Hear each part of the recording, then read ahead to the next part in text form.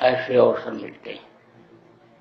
लेकिन पहले के समय में बराबर जगह जगह पर सत्संग का कार्यक्रम होता रहता था। लोग सत्संग में आते जाते रहते थे। जब सत्संग में आते जाते रहते थे तो हर तरह की जानकारी लोगों को होती थी। गृहस्थाश्रम में कैसे रहा जाए, भाई भाई के साथ कैसा व्यवहार करे, पिता पुत्र के साथ किस तरह का बर्ताव करे, पति पत्नी का फर्ज क्या होता है,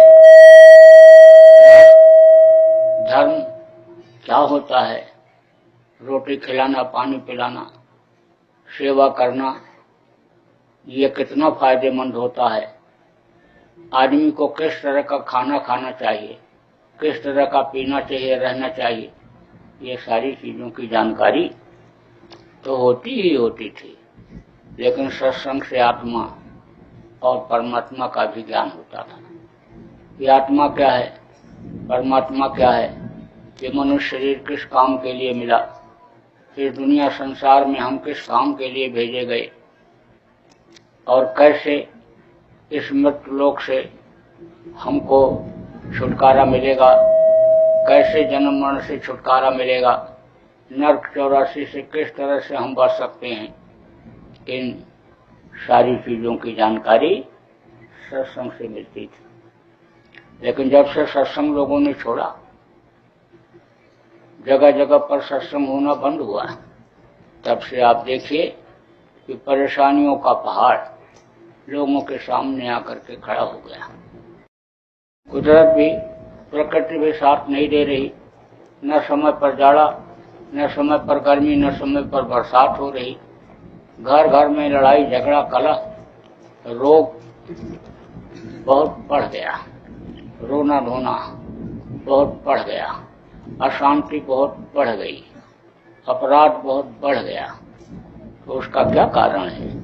कारण यही है कि सत्संग नहीं मिला, संत नहीं मिले। कथा भागवत तो होता रहता है, जगह जगह पर प्रवचन तो होते रहते हैं, लेकिन उससे आदमी के अंदर सुधार नहीं आता है। लोग सुनाते हैं राम कथा, कृष्ण कथा, महाभारत की कथा, अन्य महापुरुषों के बारे में बताते हैं, कहाँ पैदा हुए, किस तरह से जीवन उनका बीता, क्या क्या काम उन्होंने किया, इन सारी बातों को तो बताते हैं, लेकिन उसका प्रभाव नहीं पड़ता है। उसका दो कारण है कि केवल कथा ही सुनाते हैं, उनके अंदर जो अच्छाइयां थी और वो जो काम उन्होंने जिस तरह से त्याग तपस्या किया, उसका पालन करना न तो खुद सीख पाते हैं और न लोगों को सिखा पाते हैं। इसलिए अन्य समझ लो कि लोगों को बराबर लाभ नहीं मिल रहा है। अब आप इस बात को समझो कि जब संत मिलते थे, सत्संग मिलता था, तब लोगों के अंदर में सच्चाई रूपी धर्म था।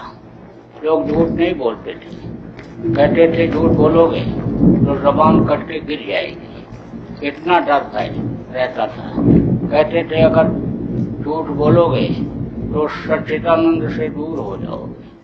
कहते थे वो मालिक मदद नहीं करेगा, तुमसे बहुत दूर हो जाएगा अगर झूठ बोलोगे, सच नहीं बोलोगे। बड़ा डर भय था। आप ये समझो कि झूठ बोलने में अन्य रूह कांपती थी लोगों की। तो अब आप इस बात को समझो कि जब सत्संग मिलता था तब हिंसा हत्या लोग नहीं करते थे, जीवों पर दया करते थे। कहते थे बिस्मिल्लाहिर्रहमानिर्रहीम, मालिक रहमान है, इसलिए मालिक के जितने भी बंदे हो सब रहम दिल बनो। कहते थे मुसलमान बनो, मुसलमान का मतलब होता है मुसल्लम, ईमान, रहमान, मुसलमान। कहते थे मुसलमान वो है कि जिसके अंदर मुसल्लम ईमान है, जिसके अंदर मुसल्लम रहम है, जो रहम दिल है। कहते थे दयावान बनो, दया जब तुम्हारे अंदर रहेगी तभी वो दया सिंधु तुमको मिलेगा, तभी तुमको अन्य तुम्हारी वो मदद करेगा। कहते दया धर्म तन बसे शरीरा, ताकर रक्षा करें रघुवीर। कहते थे हम दयावान हैं, हम सत्यवादी हैं, हम मालिक को मानते हैं, हम उनके भक्त हैं, हमेशा मालिक हमारी रक्षा करेगा। ऐसी सोच लोगों की रहा करती थी। सेवा भाव बहुत था। इस समय पर आप घर से निकलो, कहीं जाना हो, रुपया पैसा जेब में न रख पाओ तो वापस कुछ दूर चलने के बाद आना पड़ता है कि रुपया नहीं रहेगा तो कहाँ रहेंगे, कहाँ खाएंगे, कैसे जाएंगे। पहले ऐसा कुछ नहीं था, सवारियां इतनी थी नहीं, पैदल लोग चलते थे, स्वस्थ रहते थे, मोटा खाना मोटा पहनना होता था, लेकिन शरीर में रोग नहीं था, बहुत कम। कभी हो जाता था रोग तो एक आध वैद्य कहीं गांव में होते थे, गांव में क्या बल्कि समझ लो कि इलाके में, तहसील में, और उनके पास जाते थे, जड़ी बूटी दे देते थे, ठीक हो जाता था। तो कहीं भी अन्य समझ लो उसको चिंता फिक्र नहीं रहती थी घर से निकलने के बाद कि रात को कहाँ रुकेंगे, क्योंकि किसी के यहाँ भी शाम को पहुंच जाता तो वो उसको खिलाता था और सोने की जगह देता था। खुश हो जाता था गृहस्थ कि मेहमान नहीं, भगवान आ गए, बिना बुलाए आ गए, सेवा का हमको मौका मिल गया। इतना सेवा भाव था। सुबह उठते ही वृद्ध लोग जो होते बुढ़े, रोटी बनवा करके मटके में पानी ले करके जिधर से लोगों का आना जाना रहता था वहीं रास्ते के पास बैठ जाते, रोटी खिलाते, पानी पिलाते थे, बुला बुला करके। इतना सेवा भाव था, परोपकार था लोगों के अंदर। लेकिन ये चीजें खत्म हो गई। जब सेवा खत्म हो गया, सच्चाई खत्म हो गई, दया भाव खत्म हो गया तो लोगों की नीयत खराब हो गई और बरकत होना बंद हो गया। अब आप इस बात को समझो कि इसीलिए आदमी अन्य समझ लो कि दुखी हो गया। इतना सबको धर्म कर्म होते हुए भी गीता पढ़ते हैं, रामायण भी पढ़ते हैं, तीर्थों में भी जाते हैं, व्रत भी रहते हैं, अनुष्ठान भी करते हैं, दान पुण्य भी करते हैं, लेकिन शांति नहीं है। उसका यही सब कारण है कि ये जो सत्य, अहिंसा, परोपकार और सेवा रूपी धर्म है उससे लोग अलग हो गए। जब धर्म था तब इंसान अपने शरीर के लिए ही सब कुछ नहीं करता था। शरीर को चलाने वाली जो जीवात्मा है इसको भी लोग ताकतवर बनाते थे, इसको भी बलवान बनाते थे। जब यह ताकतवर हो जाती थी तो लोगों के अंदर में आत्मशक्ति, आत्मबल आ जाता था। अब आप जो पहली बार आए वो कहोगे जीवात्मा क्या चीज है? जीवात्मा ही शरीर को चलाती है, जीवात्मा ही गर्मी ठंडी हर चीज का ज्ञान कराती है, बोध कराती है, अनुभव कराती है, दुख सुख का जीवात्मा ही मुख्य है। आप यहाँ बैठे हो, आपके किसी के भी शरीर में छुरा यानी भोंक दिया जाए तो दर्द होगा, रोगे, चिल्लाओगे, लेकिन जीवात्मा निकल गई तो इस शरीर के टुकड़े टुकड़े कर दो, पता नहीं चलेगा। तो यही है जीवात्मा, परमात्मा की अंश बताई गई। यही अन्य समझ लो कि दोनों आंखों के बीच में यहाँ पर बैठी हुई है, जिसको अन्य मुसलमान फकीरों ने रूह कहा, वो अन्य जिस्म, उन्होंने जिस्मानी मस्जिद कहा, और संतों ने इसको मानव मंदिर कहा। तो इसी मानव मंदिर के बीचों बीच में वो बैठी हुई, बहुत छोटी, अति सूक्ष्म, उसको आप देख नहीं सकते हो। दुनिया के किसी भी अन्य माइक्रोस्कोप, जिसको सूक्ष्मदर्शी यंत्र कहते हैं, एक ऐसी मशीन होती है कि जिसको आंख में लगाने से छोटी से छोटी चीज दिख जाती है, लेकिन किसी भी मशीन से वो देखी नहीं जा सकती। हमारे अंदर भी वही है, कुत्ता बिल्ली के अंदर भी वही है, ऊंट बकरी के अंदर भी वही है, चींटी के अंदर भी वही है, चींटी से छोटे जो कीड़े होते हैं उनके अंदर भी वही है, जिनको आप हिंदू कहते हो उनके अंदर वही, मुसलमान कहते हो उनके अंदर भी वही, सिख ईसाई कहते हो उनके अंदर भी यही। चाहे हिंदुस्तान के आदमी हो, चाहे पाकिस्तान के हों, चाहे जर्मनी के हों, चाहे इंग्लैंड के हों, चाहे अमेरिका के हों, सब के अंदर वही जीवात्मा है। परमात्मा के अंश जीवात्मा सब के अंदर है।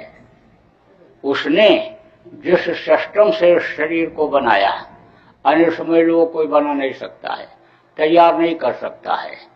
6 तरह की शक्तियों से यानी माँ के पेट में उस मालिक ने इसको तैयार किया और इस तरह से बनाया कि समझ लो कि वो जो बनाया जो किया वो सब सही किया। अब आदमी जब भूल और भ्रम में पड़ जाता है यानी उसकी सोच जब गलत हो जाती है तब कुछ और सोचने लग जाता है। एक आदमी जा रहा था तो पैदल लोग चलते थे पहले के समय, थकावट आ जाती थी तो पेड़ के नीचे बैठ करके सुस्ता लेते, तो बैठा रहा, उसके बाद लेट गया तो देखा बहुत ऊंचा पेड़, बहुत मोटा, और उसमें फल बहुत छोटे छोटे लगे हुए थे। तो पेड़ किस चीज का था? जामुन का। जामुन का पेड़ बड़ा होता है और फल बहुत छोटा होता है। तो उसने कहा कि कुदरत ने इंसाफ नहीं किया, न्याय नहीं किया, इतना बड़ा पेड़ बनाया और फल इतना छोटा। देखो कद्दू जमीन में ही फल जाता है, कितना बड़ा हो जाता है ये काशी फल, पेड़ भी नहीं होता और बेल में ही अन्य समय इतना बड़ा हो जाता है। तो इसमें तो कद्दू से भी बड़ा फल लगना चाहिए। यही सोच ही रहा था और कह रहा था, तब तक एक जामुन ऊपर से नाक के ऊपर गिरा। तब कहता है बिल्कुल सही किया, एकदम सही किया। अगर कहीं कद्दू गिरा होता तो चेहरा बदल जाता। बिल्कुल सही किया। तो उसने जो किया, उस मालिक ने जो किया, बिल्कुल सही किया। अब आदमी की सोच जो होती है अन्य समझ लो कि वही अनित्य फल पैदा कर देती है, वही सोच आदमी को परेशान कर देती है। तो जीवात्मा इन्हीं दोनों आंखों के बीच में बैठी हुई है और यही शरीर को चला रही है। तो मुख्य रूप से यह शरीर इसी काम के लिए मिला कि जीवात्मा को निजात मिल जाए, यानी ये अपने वतन अपने मालिक के पास पहुंच जाए। ये यहाँ इस देश की नहीं है, ये इसका देश और कहीं है और वहां से ये उतारी गई है, माँ के पेट में ये डाली गई है। 5 महीना 10 दिन का बच्चा जब माँ के पेट में हो जाता है तो जीवात्मा को उसमें पिंड में डाल दिया जाता है। उस समय पर हाथ पैर अन्य बन नहीं पाते हैं। सबसे पहले तो रज और बीज इकट्ठा होता है, यानी समझ लो कि जन्म शक्ति उसको कहते हैं, यानी जन्म शक्ति उसको कहते हैं जो रज बीज को इकट्ठा करती है। और फिर उसके बाद अष्ट शक्ति क्या करती है, उसके हिस्से बांटती है और परिणामी शक्ति उसके ऊपर आवरण पर्दा चढ़ाती है, झिल्ली, और वृद्ध शक्ति हवा के जरिए पिंड को बढ़ाती है और उसके बाद जन्मस्थ परिणामी वृद्ध और क्षीर शक्ति अंग बनाती है। अंग उस समय पर नहीं बन पाते, धीरे धीरे बाद में बनते हैं, लेकिन पिंड में ही जीवात्मा डाल दी जाती है। तो जब जीवात्मा डाली जाती है तो मालिक का दर्शन होता है। मालिक का दर्शन होता है तो बहुत खुश रहता है।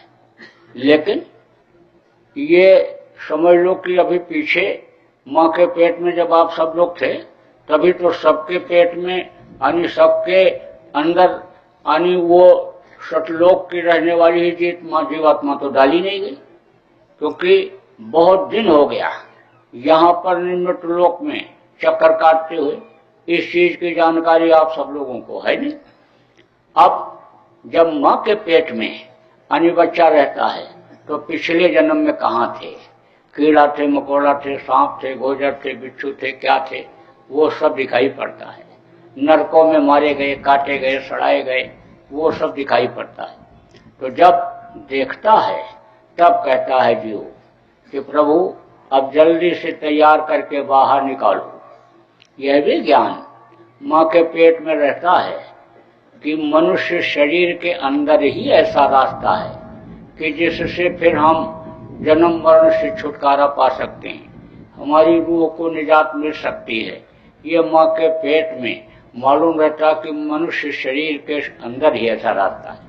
और यह भी मालूम होता है, यह भी मालूम रहता माँ के पेट में कि जब कोई मुर्शदे कामिल मिलेंगे, सच्चे गुरु समर्थ गुरु मिलेंगे, वो रास्ता बताएंगे और उनके बताए रास्ते पर जब हम चलेंगे तभी यानी हमारा मुक्ति मोक्ष हो सकता है। तो बराबर प्रार्थना करता रहता है अब प्रभु कृपा करो यही भांति, और सब तज भजन करो दिन राति। सब कुछ तज करके दिन रात भजन करूंगा। या प्रभु हमको बाहर निकालो, बाहर निकालो, यही रटता रहता है। जब अन्य समय लो बाहर निकलता है तो रोता है। अब रोता क्यों? बच्चा क्यों रोता है, क्या कहता है रो करके, उसको कोई समझ पाता है? हाथ पैर भी पटकता है, हिलाता है, लेकिन उसके हाथ पैर का इशारा भी कोई नहीं समझता, और रोने का भी इशारा नहीं समझता है क्या रोता है। कोई औरत रो रही हो तो आवाज सुनोगे तो कहोगे कि कोई इसके घर में मर गया, रो रही हो। कोई लड़की की विदाई हो रही हो, शिक्षक के रोती हो तो कहोगे विदाई हो रही, लड़की की ससुराल जा रही। कोई किसी को मार रहा हो तो आवाज सुन करके कहोगे मार पीट रहा है, उसको कोई देखा जाए, भाई कौन है तो मार रहा है। आप यहाँ मध्य प्रदेश में रहते हो, चले जाओ उधर तमिलनाडु, आंध्रा चले जाओ, कर्नाटक चले जाओ, तो वहां की एक बोली समझ में आने वाली नहीं। आपका पड़ोसी अन्य समझ लो कि प्रांत महाराष्ट्र है, वहां की बोली तो कुछ आपके समझ में आ भी सकती है, लेकिन तमिलनाडु और उधर चले जाओगे आंध्रा तो उधर की बोली कुछ समझ में नहीं आएगी। लेकिन किसी के सामने ऐसे ऐसे करो, ऐसे हाथ ऐसे मुंह के सामने, तो कहेगा प्यासा है पानी पिला दो। ऐसे ऐसे करोगे, ऐसे ऐसे मुंह के सामने, तो कहेगा भूखा है मांग रहा है कुछ दे दो खाने के लिए। तो ये इशारा अन्य आदमी का आदमी तो समझ जाता है, लेकिन बच्चे का इशारा कोई भी नहीं समझ पाता। तो कहते हैं बड़ी तकलीफ है, बच्चे को ले चलो डॉक्टर साहब के पास। डॉक्टर साहब को क्या पता कि क्यों रो रहा है? डॉक्टर साहब तो बस नींद का इंजेक्शन लगा करके और बच्चे को चुप करके सुला देते हैं। अब वो नींद का इंजेक्शन इतने छोटे बच्चे को जब लगता है तो शरीर का सिस्टम ही खराब हो जाता है। अब रोता क्यों है ये भी बताना जरूरी है, नहीं तो कहोगे भाई जैसे सब लोग ये कहते हैं कि पुण्य करोगे तो स्वर्ग जाओगे और पाप करोगे तो नरक जाओगे, यही बताते हैं, लेकिन नरकों से बचत कैसे होगी? जान अनजान में अगर कोई कर्म बन गए तो उससे बचत कैसे होगी? कर्म कटेंगे कैसे, कर्म जलेंगे कैसे, यह तो कोई बताता नहीं है। तो ये भी अधूरी ही बात बताते हैं। रोता तो है, ये तो हम भी देखते हैं रोता है। अब रोता क्यों है ये भी बताना जरूरी है। देखो 5 महीना 10 दिन का बच्चा जब माँ के पेट में हो जाता तो मालिक का दर्शन होना शुरू होता है, और जब मृत्यु शक्ति माँ के पेट से बच्चे को बाहर निकालती है तो उसी समय अन्य जिस तीसरी आंख से मालिक का दर्शन कर रहा था उस पर पर्दा पड़ जाता है, और पर्दा पड़ जाता है तो दर्शन होना बंद हो जाता है। तब चिल्लाता कहाँ कहाँ कहाँ कहाँ पहुंच गए, कहाँ से कहाँ थे कहाँ पहुंच गए। एक कारण तो रोने का यह है, दूसरा कारण यह है कि आज तक जितने भी बच्चे पैदा हुए सब नंगे पैदा हुए। अरे कहीं आपने चड्डी बनियान पहने हुए कोई बच्चा पैदा होते देखा? कोई नहीं, सब के सब नंगे ही पैदा होते हैं। कहते ना कि नंगे पैदा हुए हो और नंगे ही भेज दिए जाओगे। चाहे राजा हो, चाहे महाराजा हो, चाहे कितना भी बड़ा आदमी हो, कितना भी सोना चांदी हीरा मोती शरीर में पहने हुए हो, लेकिन सब उतरवा लेते हैं। चाहे कोई फटा कपड़ा पहने हो, चाहे अच्छा पहने हो, सब उतरवा देते हैं शमशान घाट पर ले जाने से पहले। अब ये जरूर है कि पैदा जब होते हैं तो नंगे, और दुनिया छोड़कर जाते हैं, जब शरीर छूट जाता है शमशान घाट पर जाने को होता है तब भी नंगे ही भेजा जाता है। लेकिन दोनों में फर्क है। फर्क क्या है कि पैदा होते समय दोनों हाथ की मुट्ठी बंधी रहती है। अब मुट्ठी में लेकर क्या आता है बच्चा? आदमी मुट्ठी में लेकर माँ के पेट से क्या आता है, इसी का ज्ञान अगर करा दिया जाए तो रोना धोना अभी खत्म हो जाए। अब आप जो समझ लो सब कुछ लेकर आता है। कहा गया ना कि 4 पदार्थ कर्तलता के अर्थ, धर्म, काम और मोक्ष सब कुछ लेकर आता है। लेकिन न समझ पाने पर यही सब कुछ गंवा देता है और आखिरी समय में से जो कुछ भी शरीर के लिए करता रहता है वो सब कुछ यहीं छोड़ करके और खाली हाथ चला जाता है। अब आप ये समझो कि पैदा हुए तब रोए, दूध नहीं मिला तब रोए, स्कूल जाने को हुआ तब रोए, लड़कों से झगड़ा लड़ाई हुई तब रोए, पढ़ लिख लिए नौकरी काम नहीं मिला तब रोए, शादी नहीं हुई तो रोए और शादी हो गई तो रो रहे, लड़का नहीं पैदा हुआ तो रोए और कई लड़के पैदा हो गए तो रो रहे हैं। जिसके पास रुपया पैसा नहीं, कहता है रुपया पैसा हो जाता बड़ा आदमी बन जाता, देख लेता रही इसकी क्या चीज होती है। अब आप ये समझो कि जिनके पास ज्यादा है उनको नींद नहीं आती है। बड़े बड़े सेठ लोग रात को 2 बजे नींद की गोली खाते हैं, तब नींद आती है। जब नोटबंदी हुई तो सेठ उठे और बैठे और लेटे और फिर टहलने लग जाए।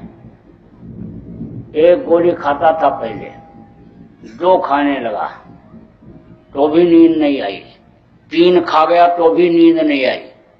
जब 3 दिन नींद नहीं आई तो घर वालों ने कहा चलो डॉक्टर साहब के पास। तो डॉक्टर साहब के पास ले गए, बोले नींद नहीं आ रही। बोले नींद की गोली नहीं दे दिया? अरे बोले 3 गोली खा गए तो भी नींद नहीं आई, तो साहब 4थी गोली दे दें। डॉक्टर ने कहा कि 4थी गोली दे तो दोगे, सो तो जाएंगे लेकिन फिर उठ नहीं पाएंगे, सोते ही रह जाएंगे। तो अब आप इस बात को समझो कि जिनके पास ज्यादा है नींद नहीं आती। जिसके बच्चा नहीं है कहो तुम्हारे बच्चा पैदा हो जाएगा, चलो तुम मजार पर चद्दर चढ़ा दो, चलो तुम गया में पिंडदान कर आओ, चलो तुम वैष्णो देवी में चुनरी चढ़ाए आओ, चलो तुम तीर्थ कर आओ, व्रत रह लो, अनुष्ठान कर लो, सब कर डालता है तो भी बच्चा न पैदा हो। तो कहो चलो काली माता की मूर्ति के सामने बकरा काट करके चढ़ा दो तो लड़का पैदा हो जाएगा, तो वो भी जघन्य पाप कर डालता है। खाने वाले लगे रहते हैं ना कि बकरा चढ़ेगा, कोई भी चढ़ाएगा तो खाने को मिलेगा, वही लगे रहते हैं। जवान के स्वाद के लिए यानी समझ लो कि बकरे का कुर्बानी करवा देते हैं। कहाँ चढ़वाते हैं? अरे कोई जिंदा देवता के सामने चढ़ता तो समझ लो कि वो चढ़ने देते, अपने सामने हत्या होने देते। देवता का मतलब ही लोग नहीं समझ पा रहे। देवता का मतलब यानी मार काट कुर्बानी हिंसा हत्या नहीं होता है। देवता का मतलब देवता होता है, देवता का मतलब दयाल होता है। वो कौन देवता है? आदमी के बनाए हुए देवता हैं, जिनको देखा भी नहीं, पत्थर काट करके मूर्ति बना दिया, स्थापित कर दिया और मान्यता दे दिया। मूर्ति बनाने वाला भी आदमी, स्थापित करने वाला भी आदमी और मान्यता देने वाला भी आदमी, और उसी मूर्ति के सामने कुर्बानी करा देने वाला भी आदमी। अगर दुर्गा जी तलवार लहराने लग जाएं कि मेरे सामने तुम कोई हिंसा हत्या नहीं करोगे, तो उनके सामने कोई चढ़ाएगा मुर्गा भैंसा? कोई नहीं चढ़ाएगा। अब इधर हम लोग गए थे दक्षिण भारत में, उधर ही से आ रहे हैं, तमिलनाडु, आंध्रा, कर्नाटक और उधर आपके तेलंगाना। तो उधर देखा जगह जगह हनुमान जी की मूर्तियां बनी हुई हैं, 100-100 फुट। एक आदमी आया, कहा मैंने 120 फुट की हनुमान जी की मूर्ति बनाया है। और मूर्तियां कुछ तो ऐसी जगह बनी हुई हैं कि जहाँ कोई जाता भी नहीं होगा। कौन जाता होगा? गांव के कुत्ता बिल्ली भले जाते हों। वहां पर तो पूरा करकट धूल भी देखा वहां पर। अब वो हनुमान जी अगर गदा लहराने लग जाएं कि तुम हमको धूप में लाकर खड़ा कर दिए हो। जितना धूप हमारे शरीर पर लग रहा, जितनी बरसात हो रही हमारे शरीर पर हो रही, जितनी गर्मी ठंडी सब हमारे शरीर पे, और तुम नीचे यानी मकान के अंदर एयर कंडीशन में सोते हो। अगर गदा दिखाने लग जाए तो कोई बनाएगा? वो तो बस ऐसे को ही अब ज्यादातर लोग पसंद करते हैं, न बोले न डोले। अब मेरे कहने का मतलब यह है कि ना जानकारी में देखो, बच्चे के लिए आदमी जो है दूसरे के बच्चे के भी कुर्बानी कर देता है। लेकिन जिनके 4 बच्चे हैं, कहो दादाजी आप बड़े भाग्यशाली हो, आपके 4 बच्चे, 4 बहुएं, खूब सेवा करते होंगे। तो बुढ़ा क्या कहता है, ये मर जाते तो ठीक था, जीने नहीं दे रहे, जान के लाले पड़ रहे, मैं तो बहुत परेशान हूं, मैं तो क्या करूं। अब कहता है क्यों परेशान हो, आपने तो पढ़ाया लिखाया, बड़ा त्याग तपस्या किया, मेहनत किया, गाय भी बेच दिया, बैल भी बेच दिया लड़के को पढ़ाने के लिए, और लड़का पढ़ लिख लिया और कमाने लगा, और बहू भी पढ़ी लिखी ले आया, तो अब क्या दिक्कत है काका बताओ। तो हाथ पकड़ करके बैठा लेता है, कहता है क्या पढ़ाया, क्या पढ़ा उसने, ये तो हमारे कुछ समझ में नहीं आया, यानी जो पढ़ा था वो भी भूल गया।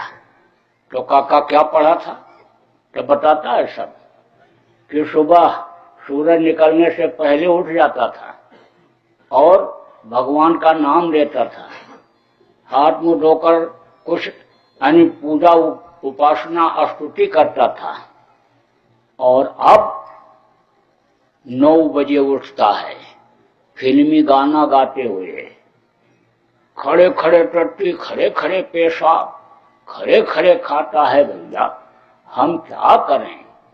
अरे जैसे जैसे पैसा होता गया, कपड़ा छोटा होता गया, अब तो वो नेकर पहन करके ही बाजार चला जाता है, फटा पैंट पहनता है। तो एक दिन हमने पूछा कि तू ऐसा क्यों करता है, तब बोला फैशन है, बड़े आदमी लोग पहनते हैं। तो बहू तो बहुत अच्छी होगी, वो तो बढ़िया बढ़िया आपको बना करके खिलाती होगी। क्या खिलाती है, यानी खाती रहती है और बनाती रहती है। तो काका ऐसा क्यों करती है, अरे इसलिए करती है कि उसकी माँ ने तो उसको रोटी बनाना सिखाया ही नहीं, वो तो बस पढ़ाई ही कराती रही। अब वो न झाड़ू लगा पाती, न कपड़ा धो पाती, न बर्तन धो पाती है, न रोटी बना पाती है ठीक से। तो तुम्हारी चाची ने पूछा तो उसको कहा कि मैं इसलिए खाती रहती हूँ कि खराब न बन जाए। तो भाई मैं तो बहुत परेशान हूँ, अब कुछ कुछ करते रहते हैं ये लड़के, इनका तो कुछ समझ में ही नहीं आता है। अरे सेवा तो करते होंगे, हाथ पैर तो दबाते होंगे, अरे हाथ पैर तो डर के मारे नहीं दबवाता हूँ। क्यों? क्योंकि इनकी नजर सब रुपया पैसा पर ही है, धन संपत्ति पर ही है। बहू तो बस तुम्हारी चाची की तिजोरी के ही चक्कर में रहती है कि कैसे तिजोरी की चाबी मिल जाए, और लड़के भी इसी चक्कर में। तो हम तो डर के मारे पैर नहीं दबवाते हैं कि पैर दबाते दबाते कहीं गला न दबा दे। अब आप इस बात को समझो कि भारतीय संस्कृति अन्य समझ लो कि खत्म होती गई, यानी समझ लो पुराना रीति रिवाज जो था उसमें बड़ा सुख था, बड़ी शांति थी। ईश्वरवादिता खत्म होती जा रही, जिसको खुदा परस्ती कहते हैं वो खत्म होती जा रही। तो कहाँ से शांति रहेगी, कहाँ से सुख मिलेगा। तो ये हो गया दुखों का संसार, न राजा को शांति, न रैयत को शांति, न पूंजीपति को ही नींद आ रही है।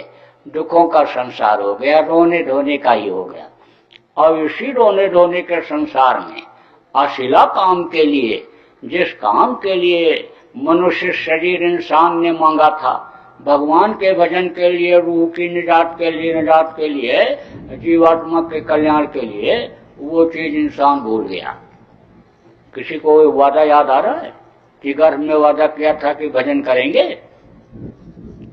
कभी कभी याद आता है जब किसी मुर्दा को जलवाने के लिए शमशान घाट पर जाता है, मुर्दा गड़वाने के लिए जब शमशान घाट पर जाता है, तो वहां पर बैठ करके लोग अच्छी ही बात करते हैं। कहते हैं क्या गया बेचारे के साथ, सब कुछ यहीं छूट गया। देखो, नंगा रह करके, भूखा रह करके धन कमाया, मकान बनाया, बाल बच्चों को पढ़ाया लिखाया, रोजी रोजगार में लगाया, धन, पुत्र, परिवार, मान, प्रतिष्ठा, वैभव सब कुछ होते हुए कोई भी चीज साथ नहीं गई। हंसा अकेले उड़ गया। बगल में जो आदमी बैठा रहता है कहता है भाई यही हाल एक दिन सबका होगा। यह शमशान घाट एक दिन सबको काम आने वाली नहीं है, सारी चीजें यहीं छूट जाने वाली हैं, तो कुछ वहां के लिए भी करो। अब नौजवान बैठा सुनता रहता है, कहता बात तो ये सब लोग सही कह रहे हैं, लेकिन अभी तो हमारी गृहस्थी कच्ची है, बच्चे छोटे छोटे हैं, घर मकान बना नहीं है। घर मकान बना दूं, बच्चों को मैं जरा सेट कर दूं, गृहस्थी मेरी सेट हो जाए, फिर तो मैं इसी काम में लग जाऊंगा। तो आज तक गृहस्थी किसी की सेट हुई? किसी की सेट हुई ही नहीं, क्योंकि गृहस्थी सेट करने का तरीका तो आया नहीं। गृहस्थी तो कब सेट होती है कि जब खान पान सही रहता है, चाल चलन सही रहता है, नैतिकता सदाचार रहता है, देशभक्ति रहती है, तब आने समय लोग की गृहस्थी सेट होती है। तो उसकी जानकारी तो मिली नहीं, सत्संग में तो गए नहीं, संत तो मिले नहीं, तो कैसे गृहस्थी सेट होगी? तो जितना ही सेट करने में लगता है उतना ही उलझता चला जाता है। ऐसा फंसता है कि जैसे मक्खी फंस जाती है। एक कटोरे में आप शहद रख दो, एक मक्खी आती है, कटोरे के ऊपर बैठ करके शहद को खा करके उड़ करके चली जाती है। दूसरी मक्खी आती है, कटोरे में कूद पड़ती है, पेट भर के शहद खाती है, लेकिन उसके पंख फंस जाते हैं, निकल नहीं पाती। देखो, बंदर पकड़ने वाले क्या करते हैं? बंदर पकड़ने वाले पतले मुंह का घड़ा बनाते हैं, उसमें थोड़ा चना डाल करके जहां पर बंदर रहता है वहीं पर रख देते हैं। थोड़ा सा चना उसी घड़े के पास बिखेर देते हैं, तो बंदर जाता है, नीचे पड़े हुए चने को उठा करके खाता है। उसके बाद घड़े के अंदर देखता चना है, उसमें हाथ डाल देता है और मुट्ठी में चना पकड़ लेता है और फिर निकालने की करता है कोशिश। तो पतले घड़े के मुंह में जब हाथ डाला था तब तो पतला था, अब मुट्ठी में आ गया चना, तो निकलता है नहीं, खींचने की करता है कोशिश, तो दर्द होता है।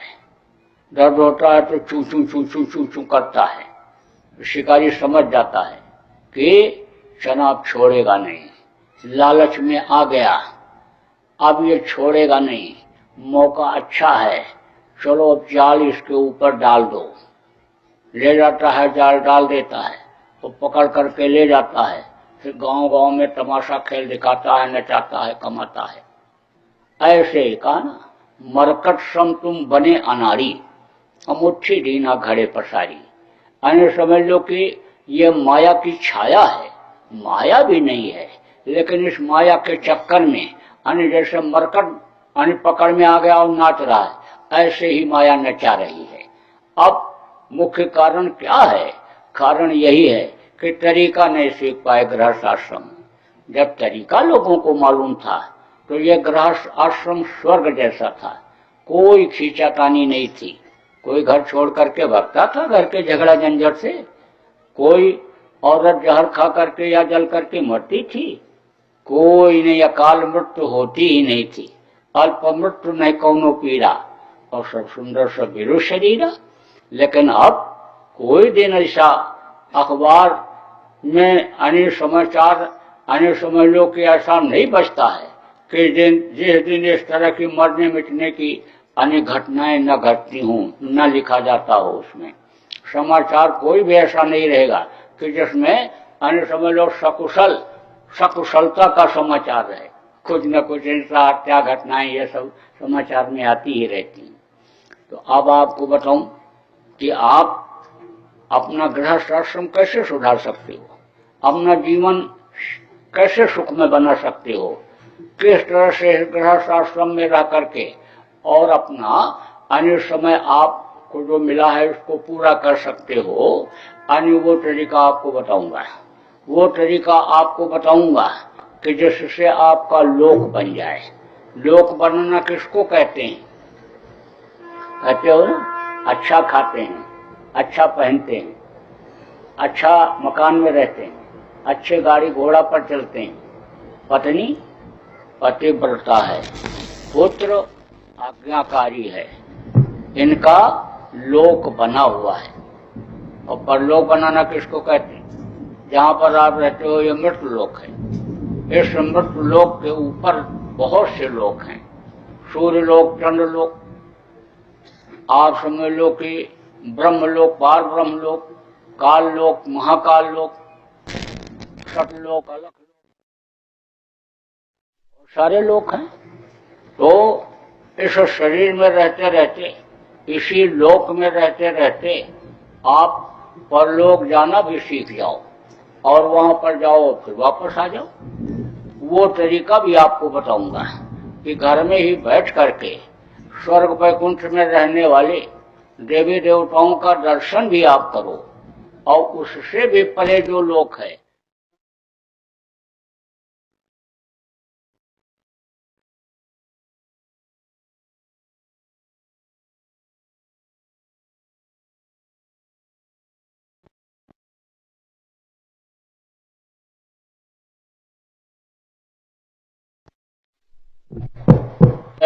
गोटे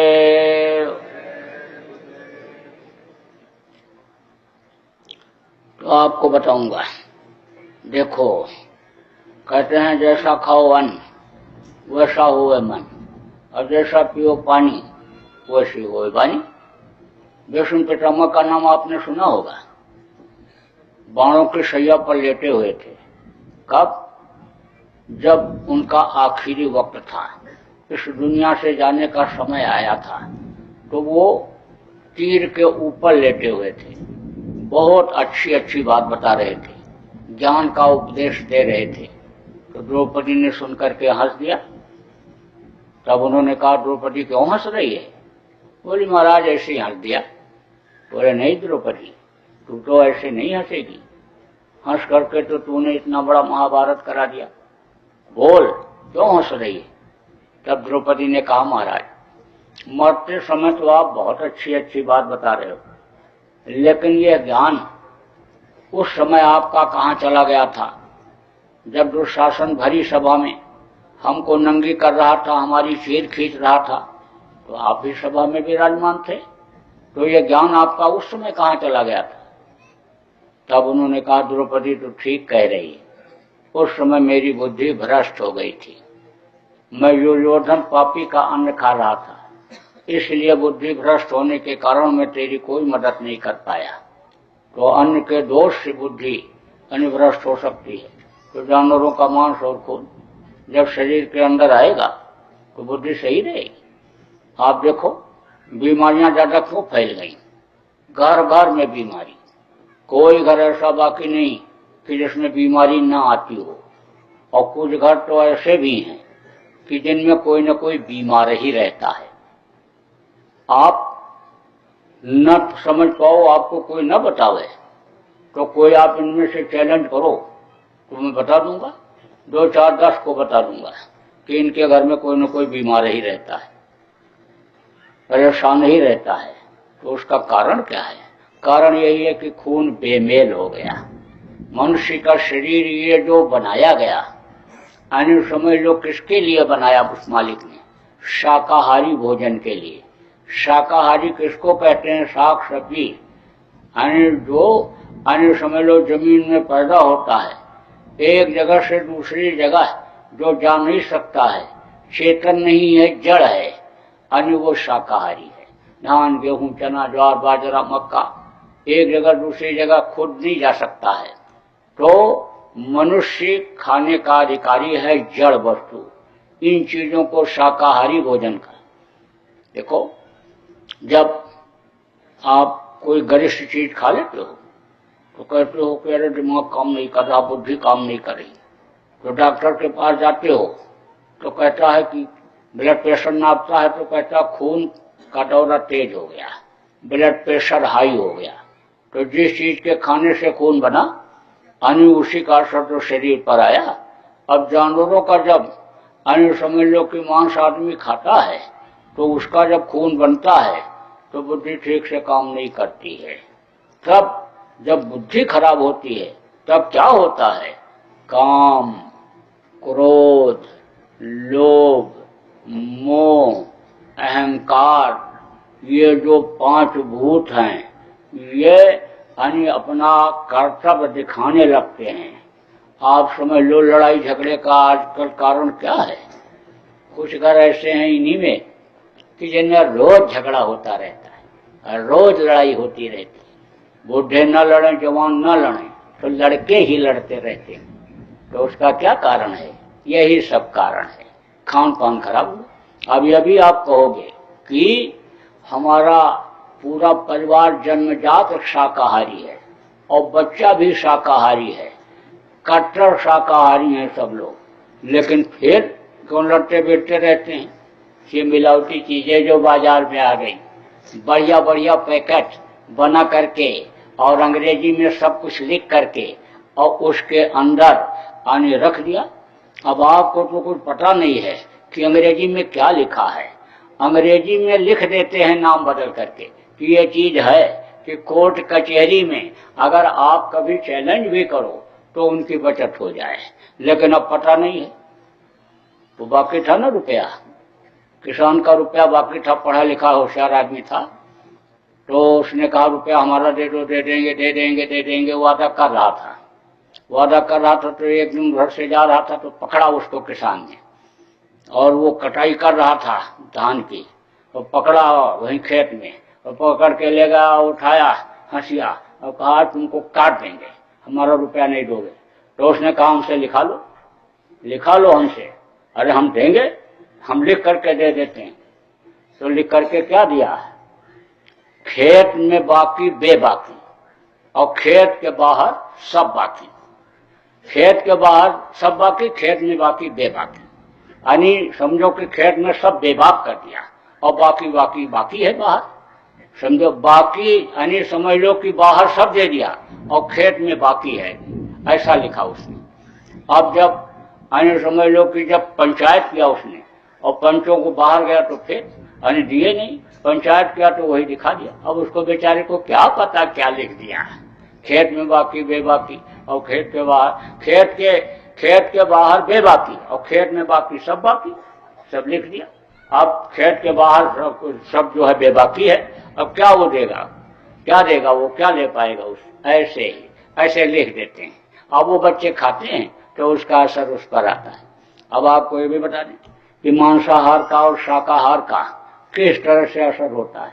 जानवरों पर आप देख लो, एक कमरे में 4 बैल बंद कर दो और दूसरे में 4 कुत्ता बंद कर दो, रात को चारा डाल दो, आराम से खाते हैं बैल, जुगाली करते, गोबर करते, दरवाजा सुबह खोलोगे निकल जाएंगे आराम से। और कुत्ते को रोटी डाल दो, रात भर रोटी भी खाएंगे और भूखेंगे, एक दूसरे को नोचेंगे। सुबह जब दरवाजा खोलोगे तो किसी का पूंछ कटा हुआ, किसी का पैर कटा हुआ, किसी का कान कटा हुआ निकलेगा। क्या कारण है? मांसाहारी हैं इसीलिए सबसे पहले तो आपको यही सीख लेनी है कि आप शाकाहारी बन जाओ, कि जिससे आपका खून बेमेल न हो और आपकी बुद्धि सही रहे। बुद्धि जब खराब हो जाती है तब न तो ठीक ढंग से कमाई कर पाता है, न ठीक ढंग से कोई भी काम कर पाता है। बुद्धि जब खराब हो जाती है तो माँ बहन बहू बेटी की पहचान आंखों से खत्म हो जाती है। माँ बहन बहू बेटी की पहचान ही तो खत्म हुई। तब 1 लाख पूर 1.25 लाख नाती और रावण घर दिया नबाती, एक भी नहीं बचा। मांस खाता था, शराब पीता था, बुद्धि खराब होती थी, दूसरे की माँ बहन बहू को गलत नजर देखता था। सर्वनाश हुआ कि नहीं हुआ? बुद्धि तो खराब हुई। यानी समझ लो कि यानी तब महाभारत हुआ, 11 अक्षौणी सेना खत्म हुई 18 दिन के अंदर। 1 घंटे में ही 56 करोड़ यदुवंशी खत्म हो गए। तो बुद्धि सही रखना बहुत जरूरी होता है। अब आपको ये भी सीख लेने की जरूरत है कि भाई खाओ भी शाकाहारी भोजन तो संतुलित खाओ। यानी समझ लो जितना ये पेट बर्दाश्त कर सके, जितनी ये मशीन हजम कर सके, उतना ही खाओ। खाने पीने में लालच मत करो। यानी आदमी देखो लालची जब हो जाता है तभी बीमारियां आती हैं। आदमी का संयमित भोजन अगर हो जाए तो बीमारियां भी ना आए। कितना लालची है भी बता दें। कोई पेट भर करके आ गया खा करके, उसके सामने प्लेट में मिठाई रख दो और कह दो भाई साहब खा लीजिए, मीठा लीजिए। कहेगा नहीं अभी तो पेट भर के आया हूं। एकदम खा के तुरंत चल पड़ा। अरे खाने के बाद तो मिठाई खाई ही जाती है, ले लीजिए 1 आध पीस। अब एक उठाएगा, धीरे धीरे खाएगा, फिर दूसरा भी उठा लेगा, फिर धीरे धीरे खाता जाएगा। और उसकी तरफ अगर देखो ना, अलग मुख पे रहो, बात करते रहो, तो तीसरा भी उठा लेगा। ऐसे पूरा प्लेट साफ कर जाएगा। कुत्ता कहते हैं ना कि किसी मामले में जानवर मनुष्य अच्छे हैं, तो कुत्ता देखो पेट भर के खाए हुए है और उसके सामने बढ़िया से बढ़िया चीज आप रख दो खाने के लिए तो सूंघता है और उठा करके ले जाता है, छिपा करके रख देता है। जब भूख लगती है तब खाता है, उस समय पर नहीं खाता। कुंवर महीना आता है साल में 1 बार, तब पगलाता है और आदमी को हमेशा पागलपन सवार है। तो अन्य समझ लो कि कहां से अनुसंयमित जीवन रहेगा। तो कहा गया कम खाओ। कम खाओगे तो डॉक्टर के पास नहीं जाना पड़ेगा, और नहीं तो डॉक्टर के पास पहुंचते ही लेटा देगा मेज के ऊपर और कहेगा जल्दी करो, दस्तखत करो, रुपया लाओ और ऑपरेशन होगा। देर करोगे तो जान का खतरा है, कोई जिम्मेदारी हमारी नहीं है, जल्दी करो। अब चाहे जमीन बेच के लाओ, चाहे जेवर बेच के लाओ, चाहे उधार लेके आओ, देना तो है ही जान बचाने के लिए। अब यह भी कोई जरूरी नहीं है कि एक बार ऑपरेशन हो गया तो ठीक हो गए। ऑपरेशन के बाद फिर ऑपरेशन और फिर ऑपरेशन, यानी दे ऑपरेशन। एक आदमी तो ऊब गया ऑपरेशन कराते कराते, जब ऊब गया तब जब फिर डॉक्टर ने बताया ऑपरेशन ही होगा, क्योंकि इसी में पैसा मिलता है, ऑपरेशन में ही पैसा मिलता है। अरे 500 रुपए के फीस में 20 करोड़ रुपया लेकर के लोन कर्जा जो नर्सिंग होम बनाया उसका ब्याज भर पाएगा? तो वो तो बताएगा ही। यानी समझ लो कि ऑपरेशन होगा उसी में पैसा मिलेगा, 2 लाख 3 लाख 4 लाख, क्या है वो जो कह दे उतना दो।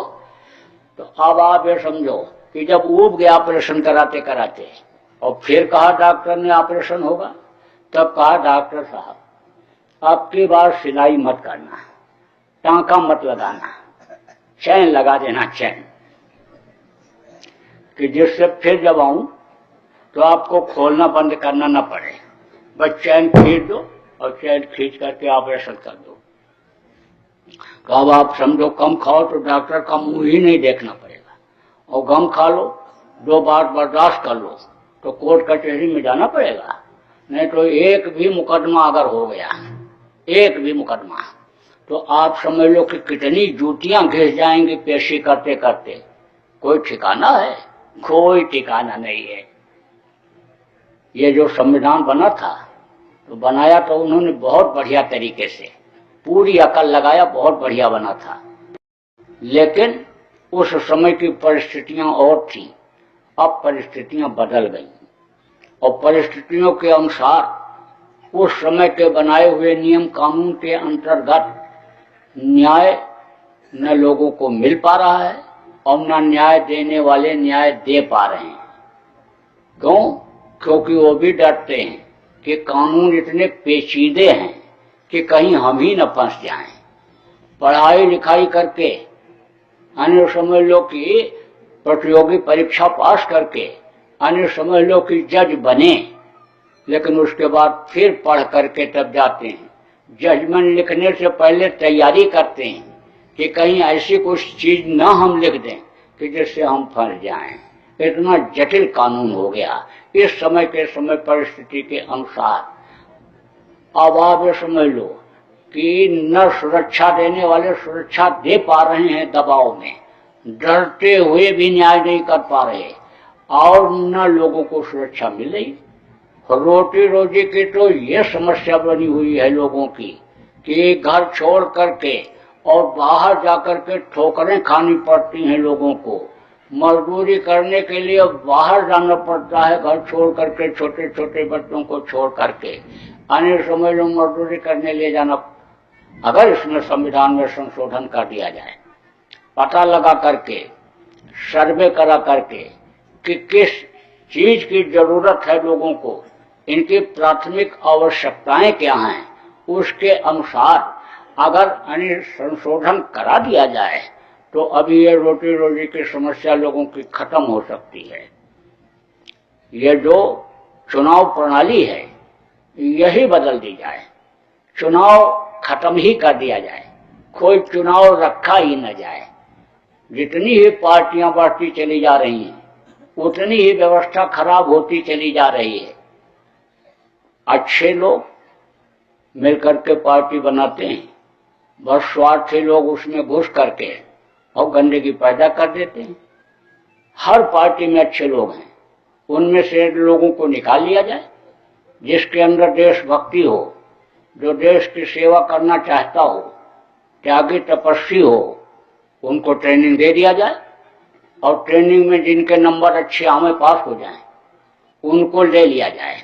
कुछ को पक्ष में बैठा दिया जाए और कुछ को विपक्ष में बैठा दिया जाए और उन्हीं से देश चलाया जाए, बहुत बढ़िया चलेगा। डॉक्टर लोगों के बारे में मैंने कहा ना कि ऑपरेशन करते हैं हलाल करके, पेट काट करके पैसा ले लेते हैं, पैर काट के पैसा ले लेते हैं। वो क्यों लेते हैं? उनकी भी मजबूरियां हैं। 50-50 लाख रुपया अन्य देना पड़ता है। किसको? अन्य स्कूल को दान में, डोनेशन जिसको इंग्लिश में कहते हैं, डोनेशन देना पड़ता है, तब उनका एडमिशन होता है। 5 साल तक पढ़ते हैं, रगड़ते हैं, उसके बाद जब लौट करके आते तो लोन लेकर के नर्सिंग होम बनाते हैं और उसमें डॉक्टर और नर्स और कर्मचारी रखते हैं।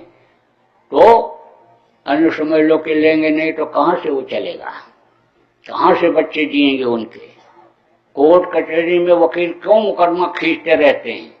क्योंकि उनके बच्चे हैं, उनको भी परवरिश करनी पड़ती है, बच्चों की देखना पड़ता है। एक वकील साहब का लड़का पढ़ करके आया तो कहा, पिताजी अब आपका सारा मुकदमा मैं देखूंगा। मैंने वकालत पास कर लिया, बहुत अच्छे नंबर से आपके आशीर्वाद से पास किया है। अरे बोले थोड़ा दिन और प्रैक्टिस कर ले तब देखना। कहे कोई अब हमको प्रैक्टिस की जरूरत नहीं, गोल्ड मेडल मिला पिताजी हमको, हम सब सीख लिए हैं, हम अब आपको बुढ़ापे में वकालत करने के लिए जाने नहीं देंगे। अरे बोले ऐसा न कर। लेकिन उसने फाइल उठाया और उस दिन की जो तारीख लगी थी चला गया। जब शाम को लौट करके आया तो कहा, पिताजी देखा नहीं आपने, 25 साल से आप मुकदमा खत्म नहीं करा पाए और मैंने एक ही पेशी में खत्म करा दिया। तो वकील साहब ने कहा, है कौन सा मुकदमा तुमने खत्म करा दिया? तो कहा, वो सेठ जी वाला। अरे गजब कर दिया तुमने, उसी एक मुकदमे की फीस ने तो तुमको पढ़ा लिखा करके वकील बना दिया और तुमने उसी को खत्म करा दिया। तो अब आप ये समझ लो कि इसीलिए खींचते ये पढ़ाना लिखाना और ये जो समस्याएं रोटी रोजी की लोगों के सामने हैं। तो न न्याय मिल रहा न सुरक्षा मिल रही थी, परेशान है लोग। संविधान में संशोधन कर दिया जाए, व्यवस्था बना दी जाएगी, कोई दिक्कत नहीं। विदेशी कंपनियों को यहाँ लाने की कोई जरूरत नहीं है, इनको आजाद कर दिया जाए। 60 लोगों को एक टैक्स केवल देश को चलाने के लिए निश्चित कर दिया जाए, स्वतंत्र रूप से अपना चलाओ। जगह जगह कल कारखाना लगा देंगे जगह जगह पर, और उनको लड़कों को स्कूल से निकलते ही काम मिल जाए। ऐसी व्यवस्था बना दी जाए कि स्कूल से निकलते ही काम मिल जाए। अब स्कूल से निकलते समय इनको क्या मिलता है? कागज का टुकड़ा, सर्टिफिकेट जिसको कहते हैं, डिग्री। और जब तकनीकी शिक्षा यानी टेक्निकल एजुकेशन जिसको कहते हैं, बचपन से ही बच्चों को जब दिया जाने लगेगा तो वो हुनर लेकर के निकलेंगे। हाथ में उनके हुनर रहेगा, कहीं भी रहेंगे भूखे नहीं मरेंगे। और जब अधिकता रहेगी कल कारखाने की तो कहीं भी उनको काम मिल जाएगा। यानी विदेशी कंपनियों को हिंदुस्तान में स्थापित करके देश की आने समझ लो सुरक्षा को खतरा पैदा करने की कोई जरूरत नहीं रहेगी। तो मैं अब देखो अपने विषय से अलग नहीं जाना चाहता हूँ, ये तो बीच में बात आ गई तो मैंने आपको बता दिया। अब मुझे तो आपको यही बताना है कि आपका खान पान और चाल चलन सही रहेगा। जब आप कम खाओगे, गम खाओगे तो झगड़ा झंझट से, टेंशन से बचे रहोगे। छोटा बन करके अगर आप रहोगे तो कोई भी समझ लो कि दहेज के मुकदमे नहीं चलेंगे, कोई भी समझ लो कि आप तलाक के मुकदमे नहीं चलेंगे। पुरुष को गुस्सा आ जाए और औरत चुप हो जाए, और औरत को गुस्सा आ जाए और पुरुष चुप हो जाए तो लड़ाई झगड़ा हो ही नहीं सकता है। बर्दाश्त में बड़ी शक्ति होती है। देखो, माता पिता की सेवा करना चाहिए। माता पिता को ये बच्चे आजकल के पढ़े लिखे और बहुएं घर से बाहर निकाल दे रहे हैं, लेकिन जितना गृहस्थी का उनको अनुभव होता है उतना अनुभव इनको नहीं होता है। चाहे देश के पढ़े बच्चे हों और चाहे विदेश के पढ़े हुए बच्चे हों। मिसाल के तौर पर आपको बताता हूँ, कोई MBBS करके, MS करके, अन्य समझ लो डॉक्टरी पढ़ के लड़की आवे तो दूसरे के पेट से बच्चे को तो ऑपरेशन करके निकाल देगी, लेकिन उसके बच्चे पैदा होने का जब समय आएगा तब अपना ऑपरेशन करके बच्चे को नहीं निकाल सकती है। लेकिन वो जो अनपढ़ सास है बड़े आराम से बच्चा पैदा करा देती, इतना अनुभव होता है। बुजुर्गों के पास एक बैठा हुआ था सत्संग, तो वैसे तो हाथ पैर ढीले पड़ जाते हैं बुढ़ापे में। बुढ़ापे में कुछ करने की इच्छा ही नहीं होती, आंख कान भी कमजोर हो जाता है। तो बुढ़ों के पास यानी बैठने में लोग कहते हैं कि ये ऊंचा सुनते हैं। कौन इनके पास बैठे, जब एक छटाक घी खाए, 1 किलो दूध पिए, इतना तेज बोले तब ये सुन पाएंगे। लेकिन अगर गुण सीखना है, कुछ सीख लेनी है तो उनके पास बैठो। तो कहोगे कुछ काका बताओ, दादाजी कुछ बताओ, ऐसे नहीं बताएंगे। छेड़ दोगे किसी बात पर तो वो सब बताने लगेंगे। छेड़ दिया तो काम किसी को नहीं डरते हैं। अरे कैसे नहीं डरते हो? वो पड़ोसी के पास बंदूक है, दाऊ के पास बंदूक है, मार देंगे आपको, गोली मार देंगे, नहीं डरोगे उनको तो। अरे बोला उनके पास 2 नली की बंदूक है, हमारे पास 10 नली की बंदूक है। काका 10 नली की बंदूक? न देखा न सुना, 10 नली की बंदूक कहाँ होती है? अरे होती है, मेरे पास है, हमेशा साथ रखता हूं। अरे तो धोती बनियान पहने बैठे हो, जेब भी कहीं नहीं दिखाई पड़ रहा है, न जेब में है, न टेट में है, न लटकाए हुए हो, तो है कहाँ वो 10 नली की बंदूक? बता दो काका। तो पैर वैसे जब दबाने लगा तब कहा, अच्छा देखो, 1 नली, 2 नली, 3 नली, 4 नली और 5 नली। 5 नली ये और 5 नली ये। 10 नली जब दिखाता हूँ ऐसे, जिसको भी ऐसे दिखा देता हूँ 10 नली, वही सिर झुका देता मेरे सामने। तो कहा ना, लवता से प्रभुता मिले और प्रभुता से प्रभु दूर, और चींटी चावल ले चली हाथी मस्तक दूर। आप बैठो, आपके नीचे धूप घास होगी, ये कभी नहीं जलती है, और बड़ी बड़ी जितनी घास होती है मई जून का महीना आते ही सब जल के राख हो जाती। तो नानक साहब ने कहा, नानक नन्हे हुए रहो, जैसे घास में धूप, और घास जल जाएंगी और धूप खूब की खूब। तो छोटा बन जाने से कोई दिक्कत परेशानी नहीं। छोटा बच्चे को देखो सब प्यार करते हैं, चाहे जानवर का ही बच्चा क्यों न हो, कोई कितना भी अकड़ के चलता हो, और छोटे बन करके उसका पैर पकड़ लो तो झुक के उठाता है। इसलिए छोटे बनने में बहुत फायदा है। अब देखो, ये तो आपकी लोक बनाने वाली बात मैंने बताया, अब परलोक बनाने वाली भी बात बताऊंगा। दोनों काम करूंगा। गुरु महाराज भी हमारे दोनों काम करते थे। बहुत से लोगों की दुख तकलीफ उन्होंने दूर किया, बहुत से लोगों का झगड़ा झंझट भी खत्म किया, बहुत सी समस्याओं का निदान उन्होंने किया, और जीवात्मा के कल्याण का लोगों को रास्ता भी बताया और रास्ते पर भी चलाया, और बहुत से लोगों को मंजिल तक पहुंचा भी दिया। अब वो इस दुख के संसार में दुख झेलने के लिए आने वाले नहीं हैं। जब वो गए तो जाने से पहले ही मेरे लिए हुक्म कर गए थे, और जाने के बाद भी उन्होंने वो कह दिया, कहा कि अब इनको नामदान देना शुरू कर दो। इनको अगर नामदान दे दोगे, ये भजन भी नहीं करेंगे, ये भजन करेंगे, और भजन करते करते इनका शरीर भी छूट गया तो इनको मनुष्य शरीर मिल जाएगा। मनुष्य शरीर का पाना अन्य समझ लो कि बड़ा मुश्किल होता है। कोट जन्म जब भटका खाया, और तब यह नर्क तन दुर्लभ पाया।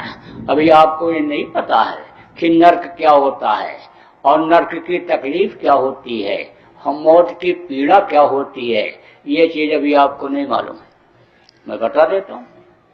जो लोग अपने इस शरीर के लिए ही सब कुछ करते रहते हैं, खाने का इंतजाम, कपड़े का इंतजाम, घर मकान बनाते, बच्चों को पढ़ाते लिखाते कि 2 रोटी कमा करके लाएंगे, बुढ़ापे में खिलाएंगे, मनुष्य शरीर के लिए ही करते, इसी को सुख पहुंचाने के लिए, इसी को सम्मान दिलाने के लिए चोरी भी कर लेते, व्यभिचार भी कर लेते, कत्ल भी कर लेते, धोखा भी दे देते, रिश्वतखोरी भी कर लेते हैं। ये इस काम में ही जो लगे रह जाते हैं, अपने आत्मा के लिए कुछ नहीं करते हैं, उनको अंत दुखदायी। कहा ना गोस्वामी जी ने, यह हत्या न कर फल विषय न भाई, और स्वर्ग और स्वल्प अंत दुखदायी। आखिर में बड़ी तकलीफ होती है, हड्डी हड्डी चटकती है, आंख की रोशनी खत्म हो जाती है, कान से सुनाई नहीं पड़ता है, जबान पुतली हो जाती है, काका चाचा नाना दादा मामा को पुकारता है, जवान लड़का खड़ा रहता, रिश्तेदार खड़े रहते, पड़ोस के लोग खड़े रहते, सब देखते ही रहते हैं। अच्छे अच्छे डॉक्टर वैद्य हकीम आखिरी वक्त पर कुछ मदद कर पाते हैं? कुछ नहीं कहते। सारा इंजेक्शन फेल हो गया, दर्द का, नींद का इंजेक्शन सब फेल हो गया। जब प्राण पीड़ा उठती है तो टट्टी और पेशाब तक बहुत से लोगों का हो जाता है मरते समय। यमराज का दूध निकाल करके इस जीवात्मा को और शरीर को पटकवा देते हैं, ये गिर जाता है। जैसे जीवात्मा निकली कहीं भी निकल जाएगी तो बस वहीं यह धड़ाम से गिर जाएगा। तब इसको लोग क्या कहते हैं? मिट्टी। आप इतने आदमी बैठे हो, अभी किसी के शरीर के ऊपर हाथ रख करके कहो कि यह तुम्हारा मिट्टी है, तो कहेगा नालायक कहीं के, मिट्टी बता रहा है, ये हीरा जैसी काया, देव दुर्लभ शरीर, अरे मिट्टी बता रहा है। लेकिन प्राण निकलने के बाद, जीवात्मा के निकलने के बाद इस शरीर को लोग मिट्टी ही कहते हैं। चाहे राजा का शरीर हो, चाहे महाराजा का हो, चाहे सेठ साहूकार का, किसी का भी शरीर, इसको ले जा करके इस मिट्टी के खिलौने को मिट्टी में मिला देते हैं।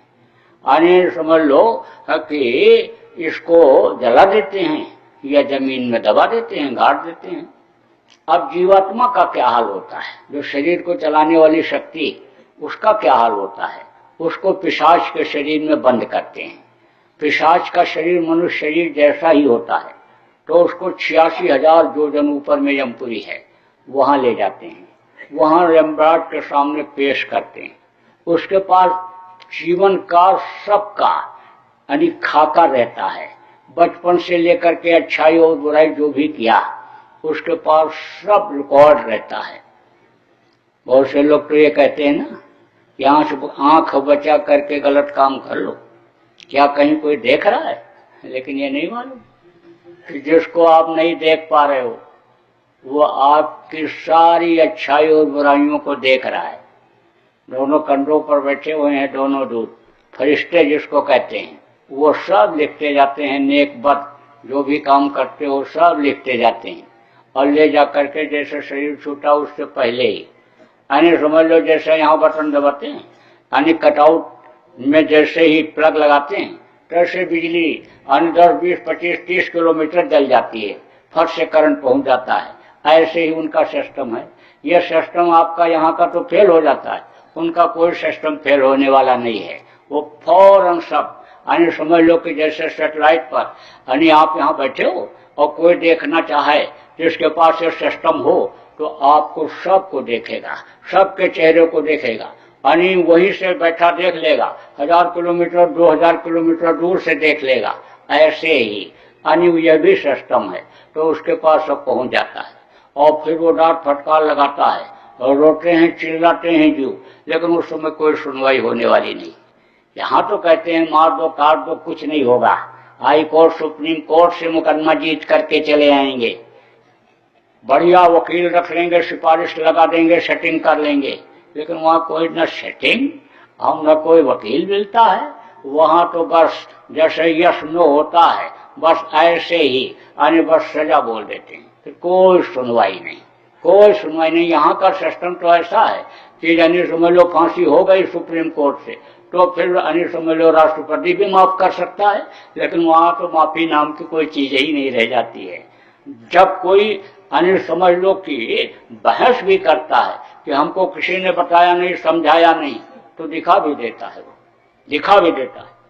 अभी आज आपको समझाया जा रहा है, बताया जा रहा है, अब मान लो अगर बातों को आपने नहीं माना और समय आपका पूरा हो गया और आप गलती पर गलती करते गए और पेश हो गए, उस इंसाफ तक के सामने खड़े कर दिए गए और आपने इनकार किया, तो ऐसे ही दिखा देगा।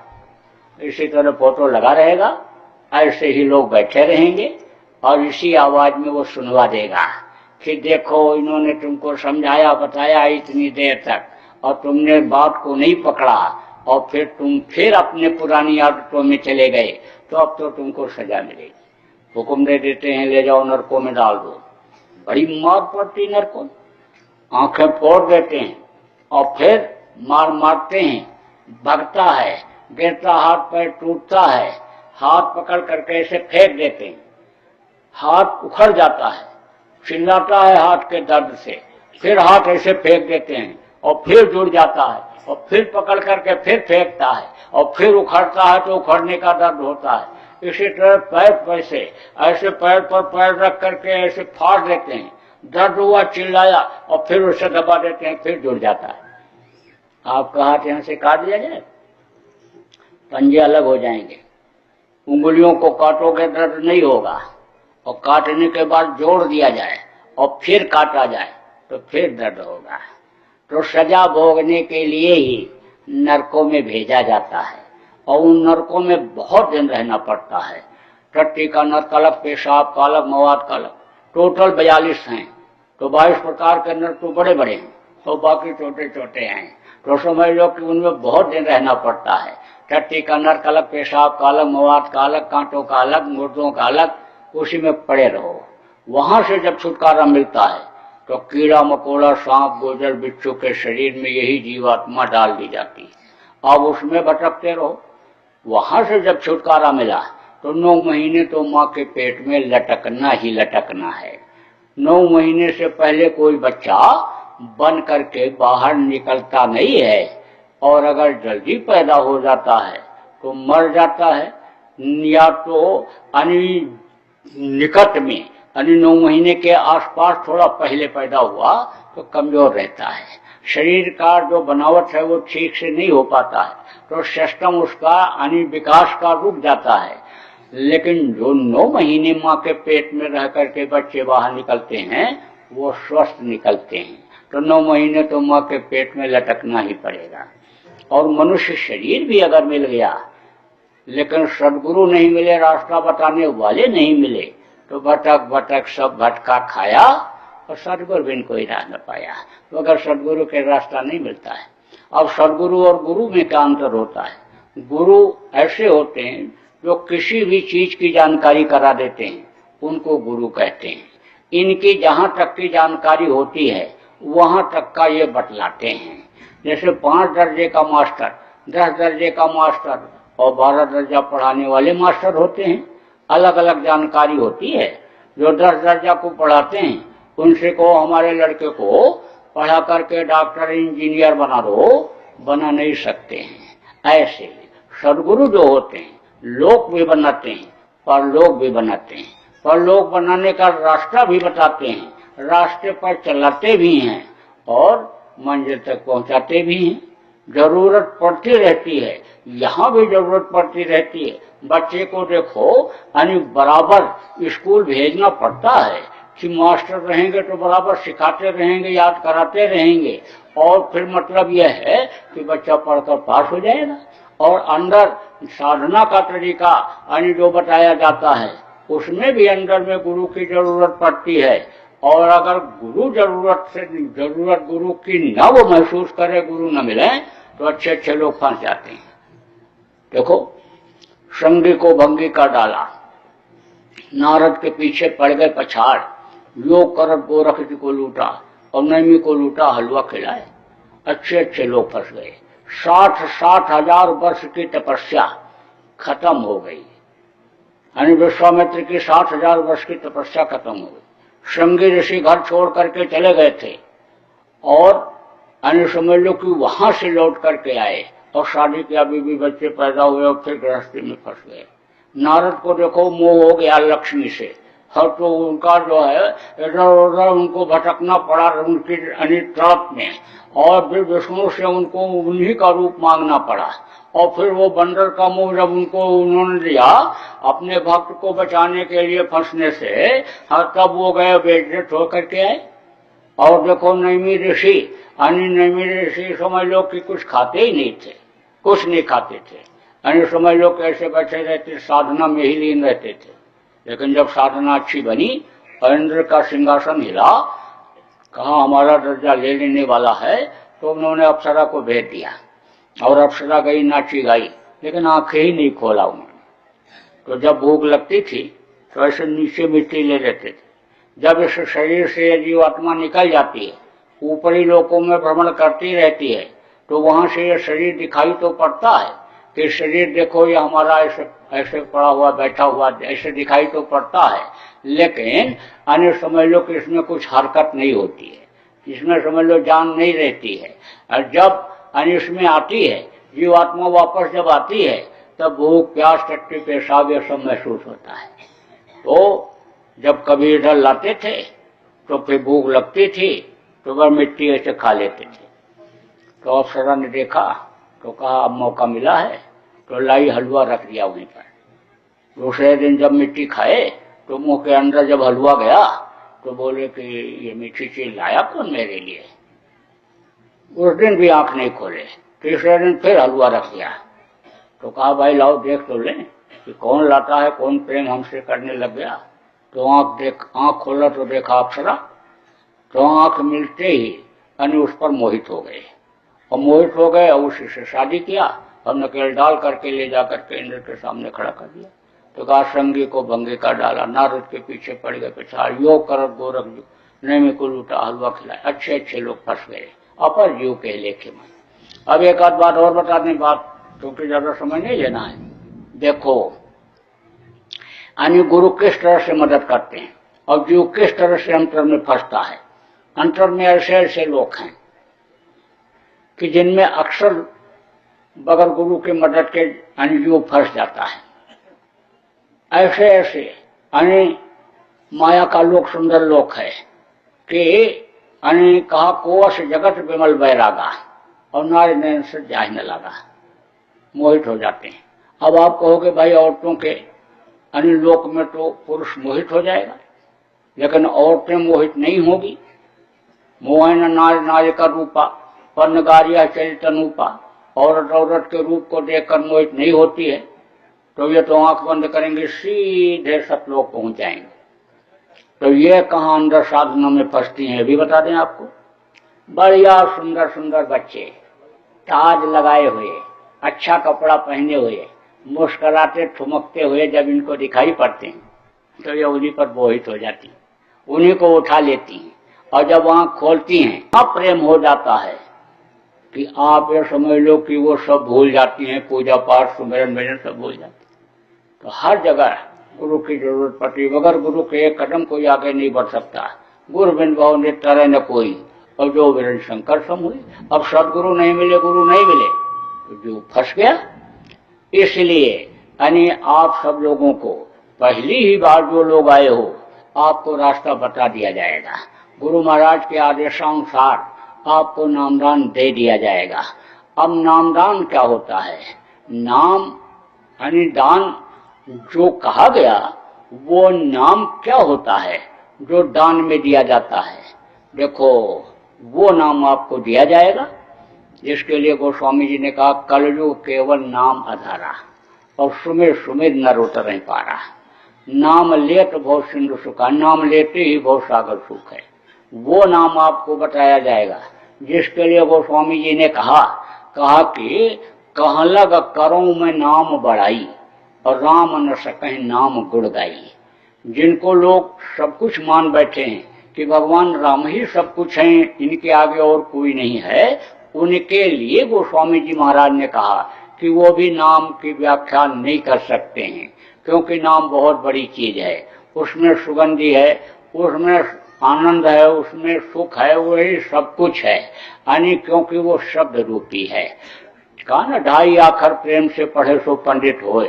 2.5 आखर किसको कहा गया? साधा बाधा शब्द। शब्द से ही सारा संसार बना, अन्य पिंड ब्रह्मांड देवी देवता सब शब्द से बने। शब्द को जब जीवात्मा ये पकड़ती है तो ये नाम जो आपको बताया जाएगा यह सब आपको सुनाई पड़ेगा, दिखाई पड़ेंगे ये कैसे हैं, किस तरह के हैं, तो वो नाम आपको बताया जाएगा। तो यह जो शब्द भेदी नाम होता है इसको कहते हैं ध्वन्यात्मक नाम। एक होता है वर्णात्मक नाम। वर्णात्मक नाम किसको कहते हैं? जो मुंह से लिया जाता है।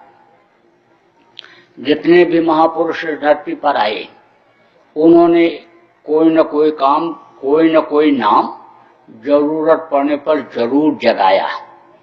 जैसे त्रेता में राम जब आए थे तो राम नाम जगाया था उन्होंने, राम नाम में उन्होंने शक्ति भर दिया था।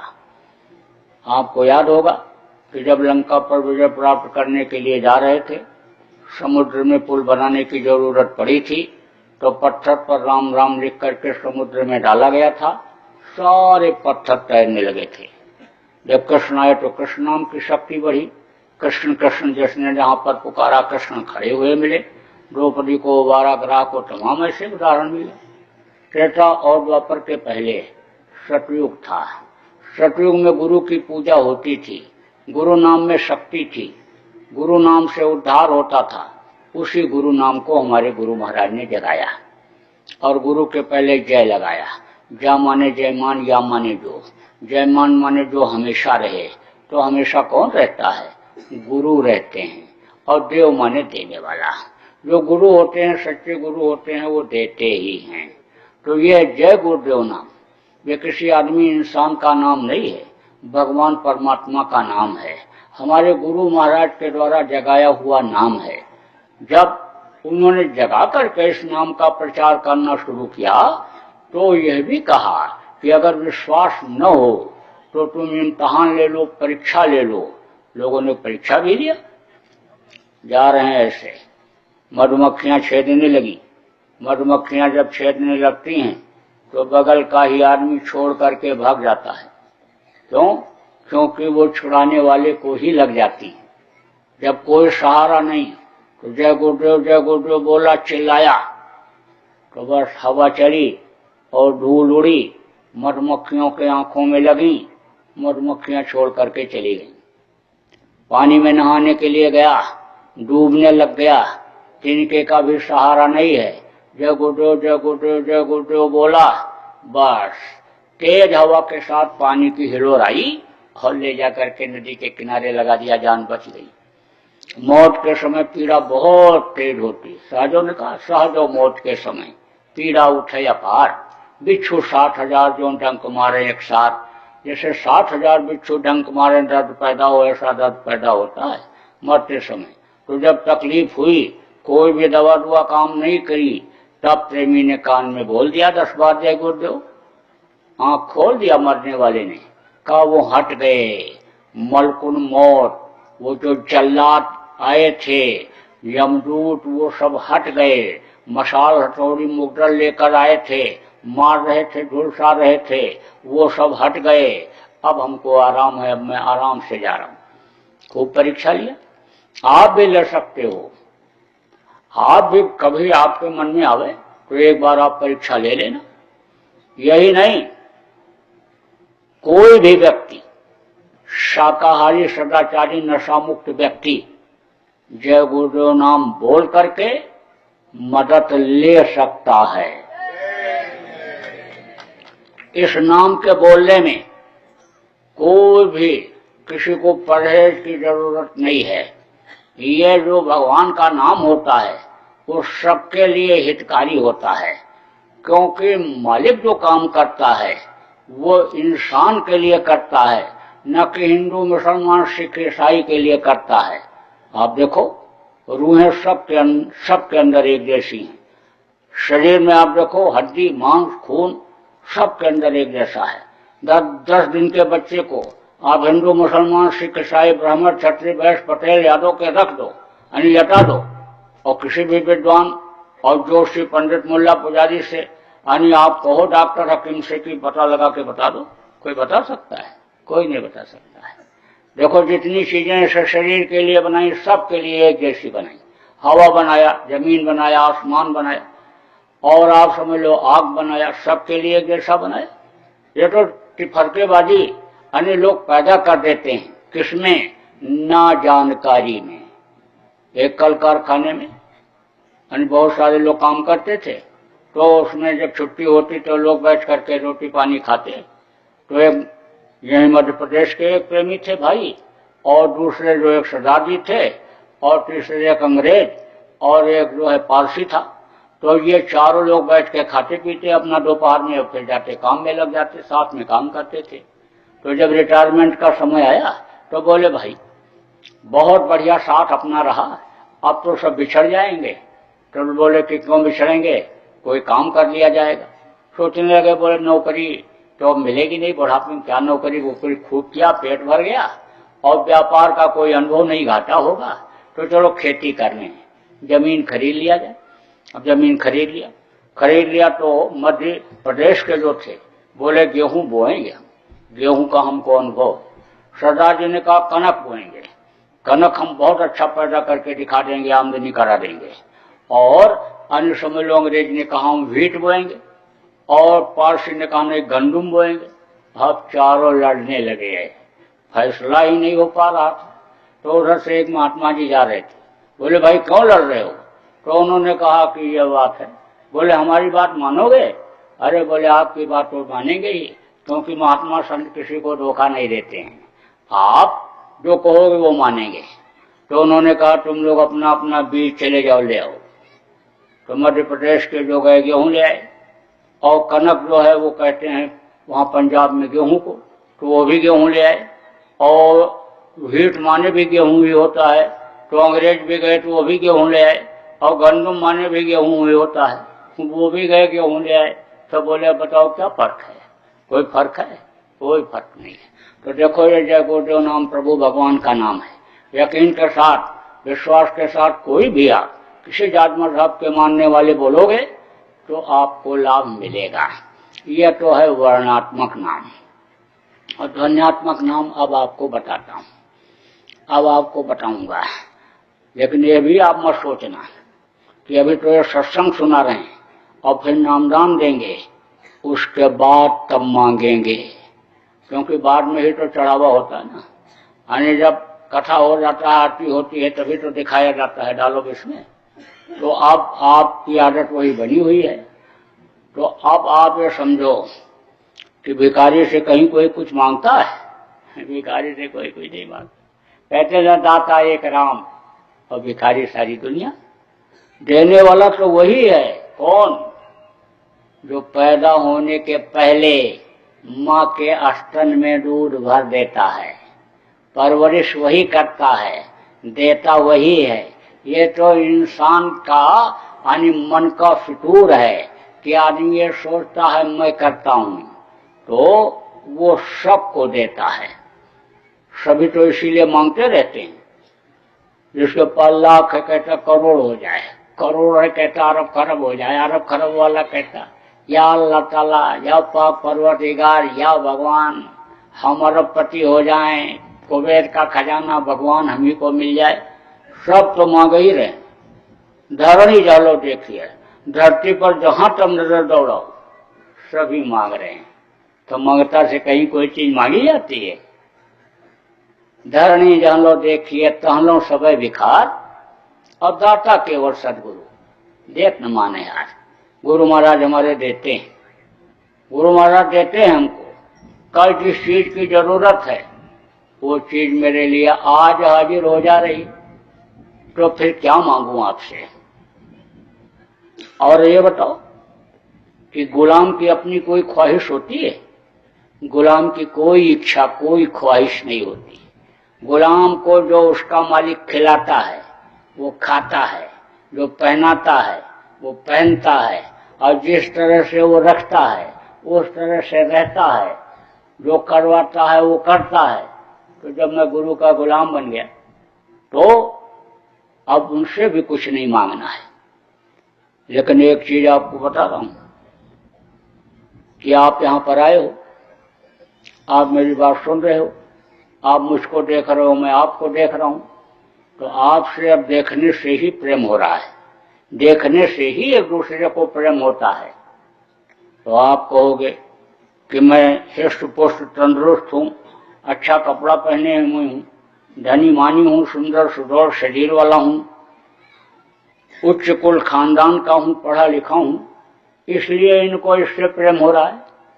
तो आप तो इन चीजों को देखते हो, कपड़ा, रुपया, पैसा, मान सम्मान का स्थान, नाम के आगे पीछे देखते हो, आप तो उससे उनसे प्रेम करते हो।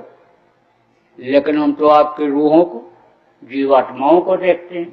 ईश्वर अंश जीव अविनाशी और चेतन अमर सहस्र राशि, सबके अंदर उसी मालिक की रूह है, जीवात्मा है। तो हम तो उस मालिक को जानते मानते हैं। अब आप उनके बंदे हो, इसलिए आपसे भी प्रेम हो जा रहा है। अब आपको ये बता रहा हूं कि अपने लिए तो गुरु महाराज से नहीं मांगना है, लेकिन जरूरत पड़ेगी तो आप लोगों के लिए मांग लूंगा। तो आप कहोगे भाई बात तो सही है, मांग तो नहीं रहे हैं ये, लेकिन हमको कुछ देना चाहिए, क्योंकि ये इतनी दूर से आए हैं और इस वेश में है कि दरवाजे पर कोई इस तरह के वेश वाला आ जाता है तो कुछ न कुछ दिया ही जाता है। तो दे भी सकते हो, दे ही दो। अब भारतीय संस्कृति रही है, मर्यादा रही है कि जब दीक्षा लिया जाता है, मंत्र नामदान लिया जाता है, नाम यानी जब धारण किया जाता है तो दक्षिणा में कुछ न कुछ दिया ही जाता है। तो देना क्या है अब आपको? आप अपनी बुराइयों को यही छोड़ जाओ, बुरे कर्म मत करना। अभी तक जो आपने मांस खाया, मछली खाया, अंडा खाया, शराब पिया, ताड़ी अफीम का सेवन किया, हिंसा हत्या किया, अब मत करना। जो दूसरे की औरत के साथ बुरा कर्म किया अब मत करना। देखो, मांस मनुष्य का भोजन नहीं है, जैसा मैंने पहले आपको बताया। खून बेमेल हो जाता है, बुद्धि खराब हो जाती है, अब मत खाइएगा। जो जानवरों को मारता है, काटता है, लाता है, मांस को पकाता है, खाता है, खिलाता है, सबको बराबर पाप लगता है। सबको, जितने भी महापुरुष हुए, औतारिक शक्तियां हुई, संत महात्मा फकीर औलिया पैगंबर हुए, सब लोग शाकाहारी थे। वो तो जबान के स्वाद के लिए पंडित मुल्ला पुजारी लोगों ने यानी इस तरह का उपदेश कर दिया अपने जबान के स्वाद के लिए कि बहुत से लोगों को तो ये मालूम ही नहीं है कि मन की कुर्बानी करनी चाहिए, रूहों की नहीं, जीवों की नहीं। उड़ीसा, उधर आंध्रा, तमिल, उस तरफ कोई बताने वाला नहीं। इधर आपके मेघालय, नागालैंड की तरफ कोई बताने वाला नहीं कि भाई शाकाहारी रहना चाहिए, जीवों पर रहम करना चाहिए, कोई बताने वाला नहीं। मैं तो घूमता रहता हूँ, देश विदेश में घूमता रहता हूँ, सत्संग करने जाता रहता हूँ। तो मैं उधर उड़ीसा की तरफ गया था, तो एक आदमी ने बताया यहाँ के सब पंडित, मुल्ला, पुजारी सब खाते हैं, कोई यहाँ यही नहीं बताने वाला है कि शाकाहारी रहना चाहिए। शाकाहार का कोई आज तक बात बताया ही नहीं है, तो आप बता रहे हो। तो अब आप समझो कि पाप लगता है, और पाप का बोझा जो होता है बहुत भारी होता है, समुद्र में भी नहीं समाता है। इसलिए अब घर में नहीं आना चाहिए, अब मांस पकना नहीं चाहिए। मछली क्या है, तालाब की सफाई के लिए बनाई गई। कोई भी गंदी चीज आप तालाब में डाल दो तो मछली खा जाएगी। खकार के ठोक दो, टट्टी करके धोने के लिए जाओ, टुकड़े गिरेंगे, मछली खाएगी। कोई गाय, बैल, भैंस, सुअर, मुर्गा, बकरा बह करके नदी तालाब में आ गया तो मछली खाएगी। जब मर जाती है, पानी के ऊपर तैरती है, तो गीध और कौवा खाते हैं। तो गीध और कौवा का खाना अब मत खाना, तौबा कर लो, कान पकड़ लो, अब आज से नहीं। अंडा क्या है, ये माताएं मासिक धर्म होती हैं, तो खराब खून इकट्ठा हो जाता है, बच्चा बन जाता है। मुर्गियों का खराब खून, उनके टट्टी पेशाब का खराब हिस्सा जब इकट्ठा हो जाता है तो वही अंडा बन जाता है। और मुर्गी खाती क्या है, गंदी चीजों को। देखो नाली के किनारे या जहां भी गंदगी पड़ी रहती है वहीं पर वो चुनती रहती, खाती रहती। कीड़ा पकड़ के और उसके ऊपर मलाई रबड़ी लगा दो, मिठाई बढ़िया है, और डाल दो मुर्गी के सामने, तो कीड़ा पकड़ेगी, ऐसे हिलाएगी, और जब वो मलाई रबड़ी आपकी मिठाई निकल जाएगी तब उस कीड़े को खाएगी।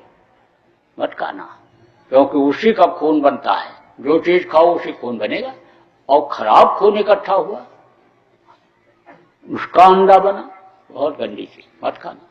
बहुत से डॉक्टर साहब लोग तो कहते हैं अंडा खाओ ताकत आ जाएगी, लेकिन ये डॉक्टर और वैज्ञानिक सब अज्ञानी हैं, इनको कोई ज्ञान नहीं। आप देखो, कहते तो हैं कि हवाई जहाज बना लिया, हेलीकॉप्टर बना लिया, हवा में उड़ने लग गए, लेकिन पेट्रोल खत्म हो जाए तो, एक नट अगर ढीला हो जाए तो मुंह के बल गिरता है। वो भी तो कोई विज्ञान था कि हनुमान जी जब संजीवनी बूटी लेने के लिए गए थे तो कोई हेलीकॉप्टर हवाई जहाज पर बैठकर गए थे, उड़ करके गए थे, पूरा पहाड़ उठा करके ले आए थे। कोई हवाई जहाज, हेलीकॉप्टर ऐसा बना कि जो पहाड़ उठा करके ले आवे? अरे वो भी तो कोई विज्ञान था कि सती सावित्री ने पति के प्राण को वापस ले लिया था, सती अनुसुईया ने ब्रह्मा विष्णु महेश को छोटा छोटा बच्चा बना दिया था। जब जीरो दिया मेरे भारत ने तब दुनिया को गिनती आई। जब वो विज्ञान को इन्होंने पकड़ा तब ये चलना फिरना और उड़ना सीख पाए। तो कितना भी डॉक्टर टर करता रहे, न तो अंडा खाना और न बच्चों को खिलाना। और देखो, शराब में है 1000 बुराई। जो शराब पीता, मांस खाता, व्यभिचार करता, खून कत्ल करता, बाल बच्चों को मारता, जमीन जायदाद को बेचता, क्या क्या बुरा कर्म नहीं करता है। मुसलमान भाइयों की किताब में लिखा है कि एक कतरा भी शराब का अगर जिस्म पर पड़ जाए तो काट करके फेंक देना चाहिए। और हिंदुओं के लिखा है, खूब पियो, लिखा है गंगा जल कृत वारुण जाना, तथापि न संत करें ते पाना। गंगा जल जैसे जल में चाहे शराब बनाया गया हो, लेकिन नहीं पीना चाहिए। भगवान ने बहुत सी चीजें बनाई, किसके लिए? आदमी के लिए। लेकिन कुछ चीजें ऐसी होती हैं जो देर में हजम होती हैं, लेकिन ताकतवर बहुत होती हैं, तो उसको हजम करने के लिए दूसरी चीज बना दिया। जैसे केला है, बहुत फायदेमंद है, लेकिन कब्ज करता है। इलायची का दाना खा लो, केला खाने के बाद तुरंत हजम हो जाना शुरू हो जाता है। चावल है, कितना भी चावल खा लिया हो थाली भर के, और थोड़ा सा नारियल का पानी पी लो, नारियल का टुकड़ा खा लो, चावल हजम। पेट में पड़ी हुई चीज को मूली तुरंत हजम करना शुरू कर देती।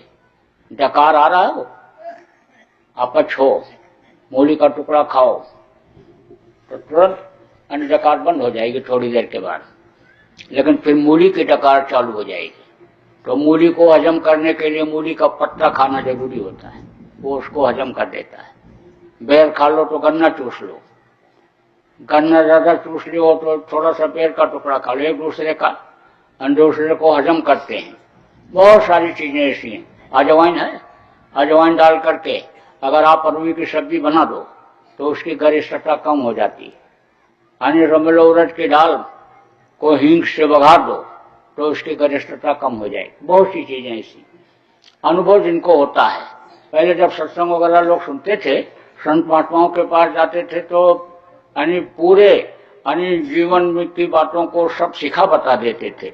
इसीलिए 15वें दिन महीने में लोग जाते ही रहते थे आश्रमों पर संतों के। ऐसे राजस्थान के बुजुर्गों का एक अनुभव शराब के बारे में है। उन्होंने कहा कि भांग मांगे भूंगड़ा। भूंगड़ा किसको कहते हैं? भुना हुआ चना। अगर कोई भांग खा के आ गया है तो भुना हुआ चना खिला दो तो उसका नशा उतर जाएगा। कोई गांजा पी करके आ गया, नशे में है, तो उसको थोड़ा सा घी पिला दो तो उसका नशा उतर जाएगा। और अगर कोई शराब पी के आ गया तब कहते हैं तब तो कुछ खोजना ही नहीं, जूता उतारो पैर में से और जड़ दो गाल के ऊपर, बस तुरंत उतर जाएगा। तो कहा भांग मांगे भूंगड़ा और गांजा मांगे घी और दारू मांगे खूंसड़ा, जितनी चाव पी। तो देखो मैं ये नहीं कह रहा हूं, आप अगर कोई पीने वाले इसमें बैठे हो तो मेरे ऊपर नाराज मत होना। वो लोग जो कह रहे हैं वही बात मैं भी कह रहा हूं, लेकिन एक बात जरूर कह रहा हूं कि जिनको उतारना नहीं मालूम था अब मालूम हो गया। और रात को पी करके अगर आए और इन्होंने चटका दिया गाल पर खूंसड़ा तो कितना भी कहोगे तू मेरी घर वाली और मैं तेरा पति परमेश्वर और तूने मुझको खूंसड़ा मारा, तो ये तो पैर छू लेंगी और कहेंगी आपको तो मारा नहीं, उसको मारा जो उतर गया। तब क्या करोगे? इसलिए आपसे प्रार्थना है, विनती है, रिक्वेस्ट है कि आप शराब को ही छोड़ जाओ, अब मत पीना और शराबी का साथ छोड़ देना, क्योंकि साथ का बहुत असर होता है। देखो कैकेयी कितना प्रेम करती थी राम से, लेकिन मंथरा दासी साथ में रहती थी और समझा करके 14 वर्ष के लिए राम को जंगल भिजवा दिया। मिश्री के अंदर रस्सी पड़ी रहती है, बांस के टुकड़े पड़े रहते हैं, वो भी मिश्री के भाव बिक जाते हैं। कहा ना बांस और मिश्री एक ही भाव बिका है। संगति गुड़ होते संगति गुड़। अच्छे का साथ करो, अच्छे का साथ करोगे तो अच्छाई आएगी। बुरे के साथ से आपके अंदर बुराई आ गई, अब बुरे का साथ छोड़ दो, पियक्कड़ का साथ छोड़ दो, आप अच्छे का साथ कर लो, छूट जाएगा। बहुत से लोगों का छूट गया, बहुत से लोगों का गुरु महाराज ने छुड़वा दिया। मेरे निवेदन प्रार्थना पर भी बहुत से लोगों ने छोड़ दिया। बहुत से लोगों ने मांसाहारी होटल बंद कर दिया और बोले जब से शाकाहारी चालू किया हूं तब से बहुत अच्छा चल रहा है। ऐसे बोला, अंडे का ट्रे ऐसे फेंका और बोला हमको क्या पता था कि इसमें जीव रहते हैं, जीवात्मा रहती है, जान रहती है, हमको क्या पता, हम तो धंधा कर रहे थे। दूसरा धंधा खोल लिया, अच्छा चला है। तरीका होता है बरकत का। मेरे पास तो वो तरीका है कि आपको बता दूं, 1 कमाए और 10 खाएं। तो शराब मत पीना और दूसरी औरत के साथ बुरा कर्म मत करना। आपको नामदान देता हूं। देखो, जिसका नाम होता है उसका रूप होता है, उसका स्थान होता है, उसकी आवाज होती है। जैसे आपका नाम है और आपका रूप है। रूप माने होता है चेहरा, और स्थान कहीं आप रहते हो, आपका स्थान है। और आपके मुंह से जो आवाज निकलती है वो है आवाज। ऐसे ही इस वक्त के 5 धनी हैं। दूसरी चीज आप और समझ लो कि जब आप आंख बंद करोगे और ध्यान लगाओगे, मन आप रोक ले जाओगे, ऊपरी लोकों में जब आप जाओगे, स्वर्ग वैकुंठ में जाओगे, जब आप कहते हैं बहिष्ठ में जाओगे, जन्नत जन्नत यानी जन्नत में जब जाओगे आप, यानी स्वर्ग वैकुंठ में जब जाओगे उधर, और वहां का नजारा, वहां का दृश्य जब आप देखोगे तो देख करके खुश हो जाओगे। क्योंकि यहाँ जैसी गंदगी तो वहां है ही नहीं, कोई झाड़ू नहीं लगाता है वहां, वहां कोई नावदान नाली नहीं बहता है। यहाँ जैसी बदबू वहां है ही नहीं, वहां खुशबू ही खुशबू है, सुंदरता ही सुंदरता है। यहाँ कहीं रामलीला रासलीला होती है, रात भर जग करके देखते हो, वहां तो 24 घंटा प्रभु लीला होती रहती है। बहुत सारी चीजें, वो तो क्या कहूँ, आत्म सुख की महिमा जो प्रॉपर सो जाना। जब देखोगे तब आपको पता चलेगा। तो जब देखोगे तब देख करके मस्त हो जाओगे, और मस्त होकर के दूसरों को बताने लगोगे। अब जैसे बताओगे खुश हो करके, तैसे ही वो बंद कर देगा, वो चीज फिर दिखाई सुनाई नहीं पड़ेगी। इस बात को खूब मजबूती से पकड़ लो, समझ लो इस बात को कि कुछ भी दिखाई पड़े या कुछ भी अनहद वेद वाणी, कलमा खुदाई आवाज, गैबी आवाज जिसको कहते हैं, वो सुनाई पड़े तो किसी को भी बताना नहीं है। अब आप समझो 3 चीज। सुमिरन, सुमिरन किसको कहते हैं? माला जपने को। दूसरा है ध्यान, ध्यान किसको कहते हैं? आंख से देखने को। और तीसरा है भजन, भजन किसको कहते हैं? कान से सुनने को। माला जपने को सुमिरन, आंख से देखने को ध्यान, और कान से सुनने को भजन। 3 चीज और समझो, 3 आंख, 3 कान और 3 नाक। तुमने आदमी कहोगे भाई ये कैसे? देखो, 2 आंखें ये बाहर, इससे बाहर की चीज दिखाई पड़ती है, और एक आंख है जीवात्मा में जो यहाँ पर बैठी हुई है, यहाँ पर बीचों बीच में बैठी है। ये तो शरीर तो 3.5 हाथ का है, लेकिन शरीर का बीचों बीच यहाँ है। 5 स्थान इसके नीचे है, ये कंठ चक्र, हृदय चक्र, नाभि चक्र, इंद्रिय चक्र और गुदा चक्र। इन पर देवताओं का स्थान बताया गया। देवता तो रहते दूसरी जगह है, लेकिन उनकी अक्ष पड़ती रहती है। गुदा चक्र पर गणेश और रिद्धि सिद्धि का स्थान, और आपके नाभि चक्र इंद्रिय चक्र पर ब्रह्मा सावित्री गायत्री का स्थान, और यहाँ पर आपका समझ लो कि नाभि चक्र पर विष्णु और लक्ष्मी, और हृदय पर शिव और पार्वती, और तीनों की माँ आद्या माँ शक्ति यहाँ कंठ में। तो 5 स्थान ये नीचे और 5 स्थान ऊपर। सहस्रदल, कमल, त्रिकुटी, दशमा द्वार, भंवर गुफा और सतलोक। सतलोक की ये जीवात्माएं हैं। आप सतलोक वासी हो, आप वहां से यहाँ भेजे गए हो। कैसे भेजे गए, कैसे सृष्टि की रचना हुई, और किस तरह से जीवात्मा कैसे किया जाती है, ये तो जब किसी कार्यक्रम में आप आओगे, जैसे अभी होने जा रहा है उज्जैन में, 28 फरवरी, 1 और 2 मार्च को, तो उसमें दोनों समय सत्संग 3 दिन चलेगा। उसमें आपको सुनने और समझने को सब मिल जाएगा कि सृष्टि कैसे बची, देवी देवता कैसे बने और कैसे क्या हुआ, सब पूरा बताया जाएगा। और कैसे जीवात्मा निकलेगी, कैसे जाएगी, कहाँ पहुंचेगी, कितनी पावर इसमें कैसे रहती है, कहाँ रहती है, कौन से शरीर इसके अंदर भी, सब ये बात, ये तो इसके लिए समय नहीं है। लेकिन मोटी बात आप ये समझो कि बीचों बीच में ये बैठी हुई है। तो एक आंख समझ लो जीवात्मा में है, उससे ऊपरी लोगों का नजारा दिखाई पड़ता है। 2 कान ये बाहर है, इससे बाहर की आवाज सुनाई पड़ती है, और एक कान रूह में जीवात्मा में है, उससे वो गैबी आवाज आकाशवाणी वो सब सुनाई पड़ता है, कीर्तन जिसको कहते हो वो सब सुनाई पड़ता है। और आप समझ लो कि 3 नाक। तो कहोगे भाई 3 नाक कहां से हो गई? नाक तो एक ही है। देखो, एक सुराख है दाहिनी तरफ और एक बाईं तरफ, यह है नाक। अब जिसको नाक कहते हो, ये तो समझ लो 2 नाले के ऊपर जैसे पुल बना दिया जाए, ऐसे बना दिया गया है। किसने बनाया है?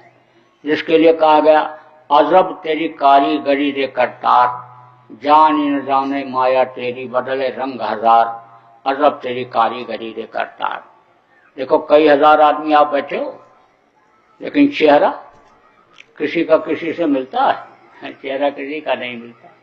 सोचो कितना साचा बना के उसने बनाया, यही तो उसकी कारीगरी है। उसी के सामने तो सब फेल हो जाते। डॉक्टर दिमाग का ऑपरेशन कर देगा, किडनी का, लंग्स का, सब ऑपरेशन कर देगा वो, लेकिन यही नहीं पता लगा पाता है कि निकलती क्या चीज है कि जिससे इसमें सड़न गलन बदबू तुरंत शुरू हो जाती है। कौन सी ऐसी चीज निकलती है?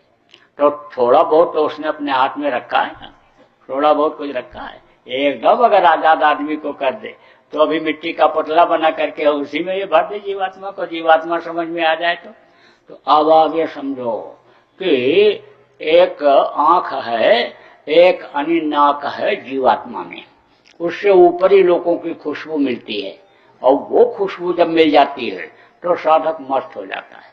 नानक साहब ने कहा ना कि भांग भकूरी सुरापान उतर जाए प्रभात, और नाम कुमारी नानका चढ़ी रहे दिन रात। वो कुमारी, वो नशा जब मिल जाता है तो मस्त रहता है साधक। कहा जो अलग से है मस्ती में डूबे, होश कब है उन्हें जिंदगी का। तो अब आप समझो, 3 आंख, 3 कान, 3 नाक, और सुमिरन ध्यान भजन 3 चीज ये टूट न जाए, एक रस हो जाता है। तो बराबर आपको करना है, समय निकाल कर करना है। जब मन लग जाएगा, अच्छा लगेगा तो मन खूब कराएगा। जहां कहीं भी खाली बैठोगे कहेगा कान में उंगली लगाओ, और चलो आंख बंद करो, भजन करो, ध्यान करो, खूब कराएगा। हम ये रस मिलेगा ना अंदर में, तो ये इंद्रियों का रस भूल जाएगा, ये तीखी मिर्ची की तरह लगेगा। बराबर करना। ये जब आप करने लगोगे और अंतर में आपको फायदा लाभ होने लगेगा, दिखाई सुनाई पड़ने लगेगा, तो बाकी अभी तक जो करते रहे सब भूल जाओगे। जैसे कोई एक दुकान खोल करके बैठता है और दुकान चलती है, दूसरी खोल लेता है, वो ज्यादा चलने लगती है, तो पहले वाली दुकान बंद कर देता है। ऐसे अभी तक जो भी आप करते हो, जो भी किया आपने, और उसमें आपका मन लगता है, मान लो अच्छा लगता है, इसमें और अच्छा ज्यादा लगने लगेगा।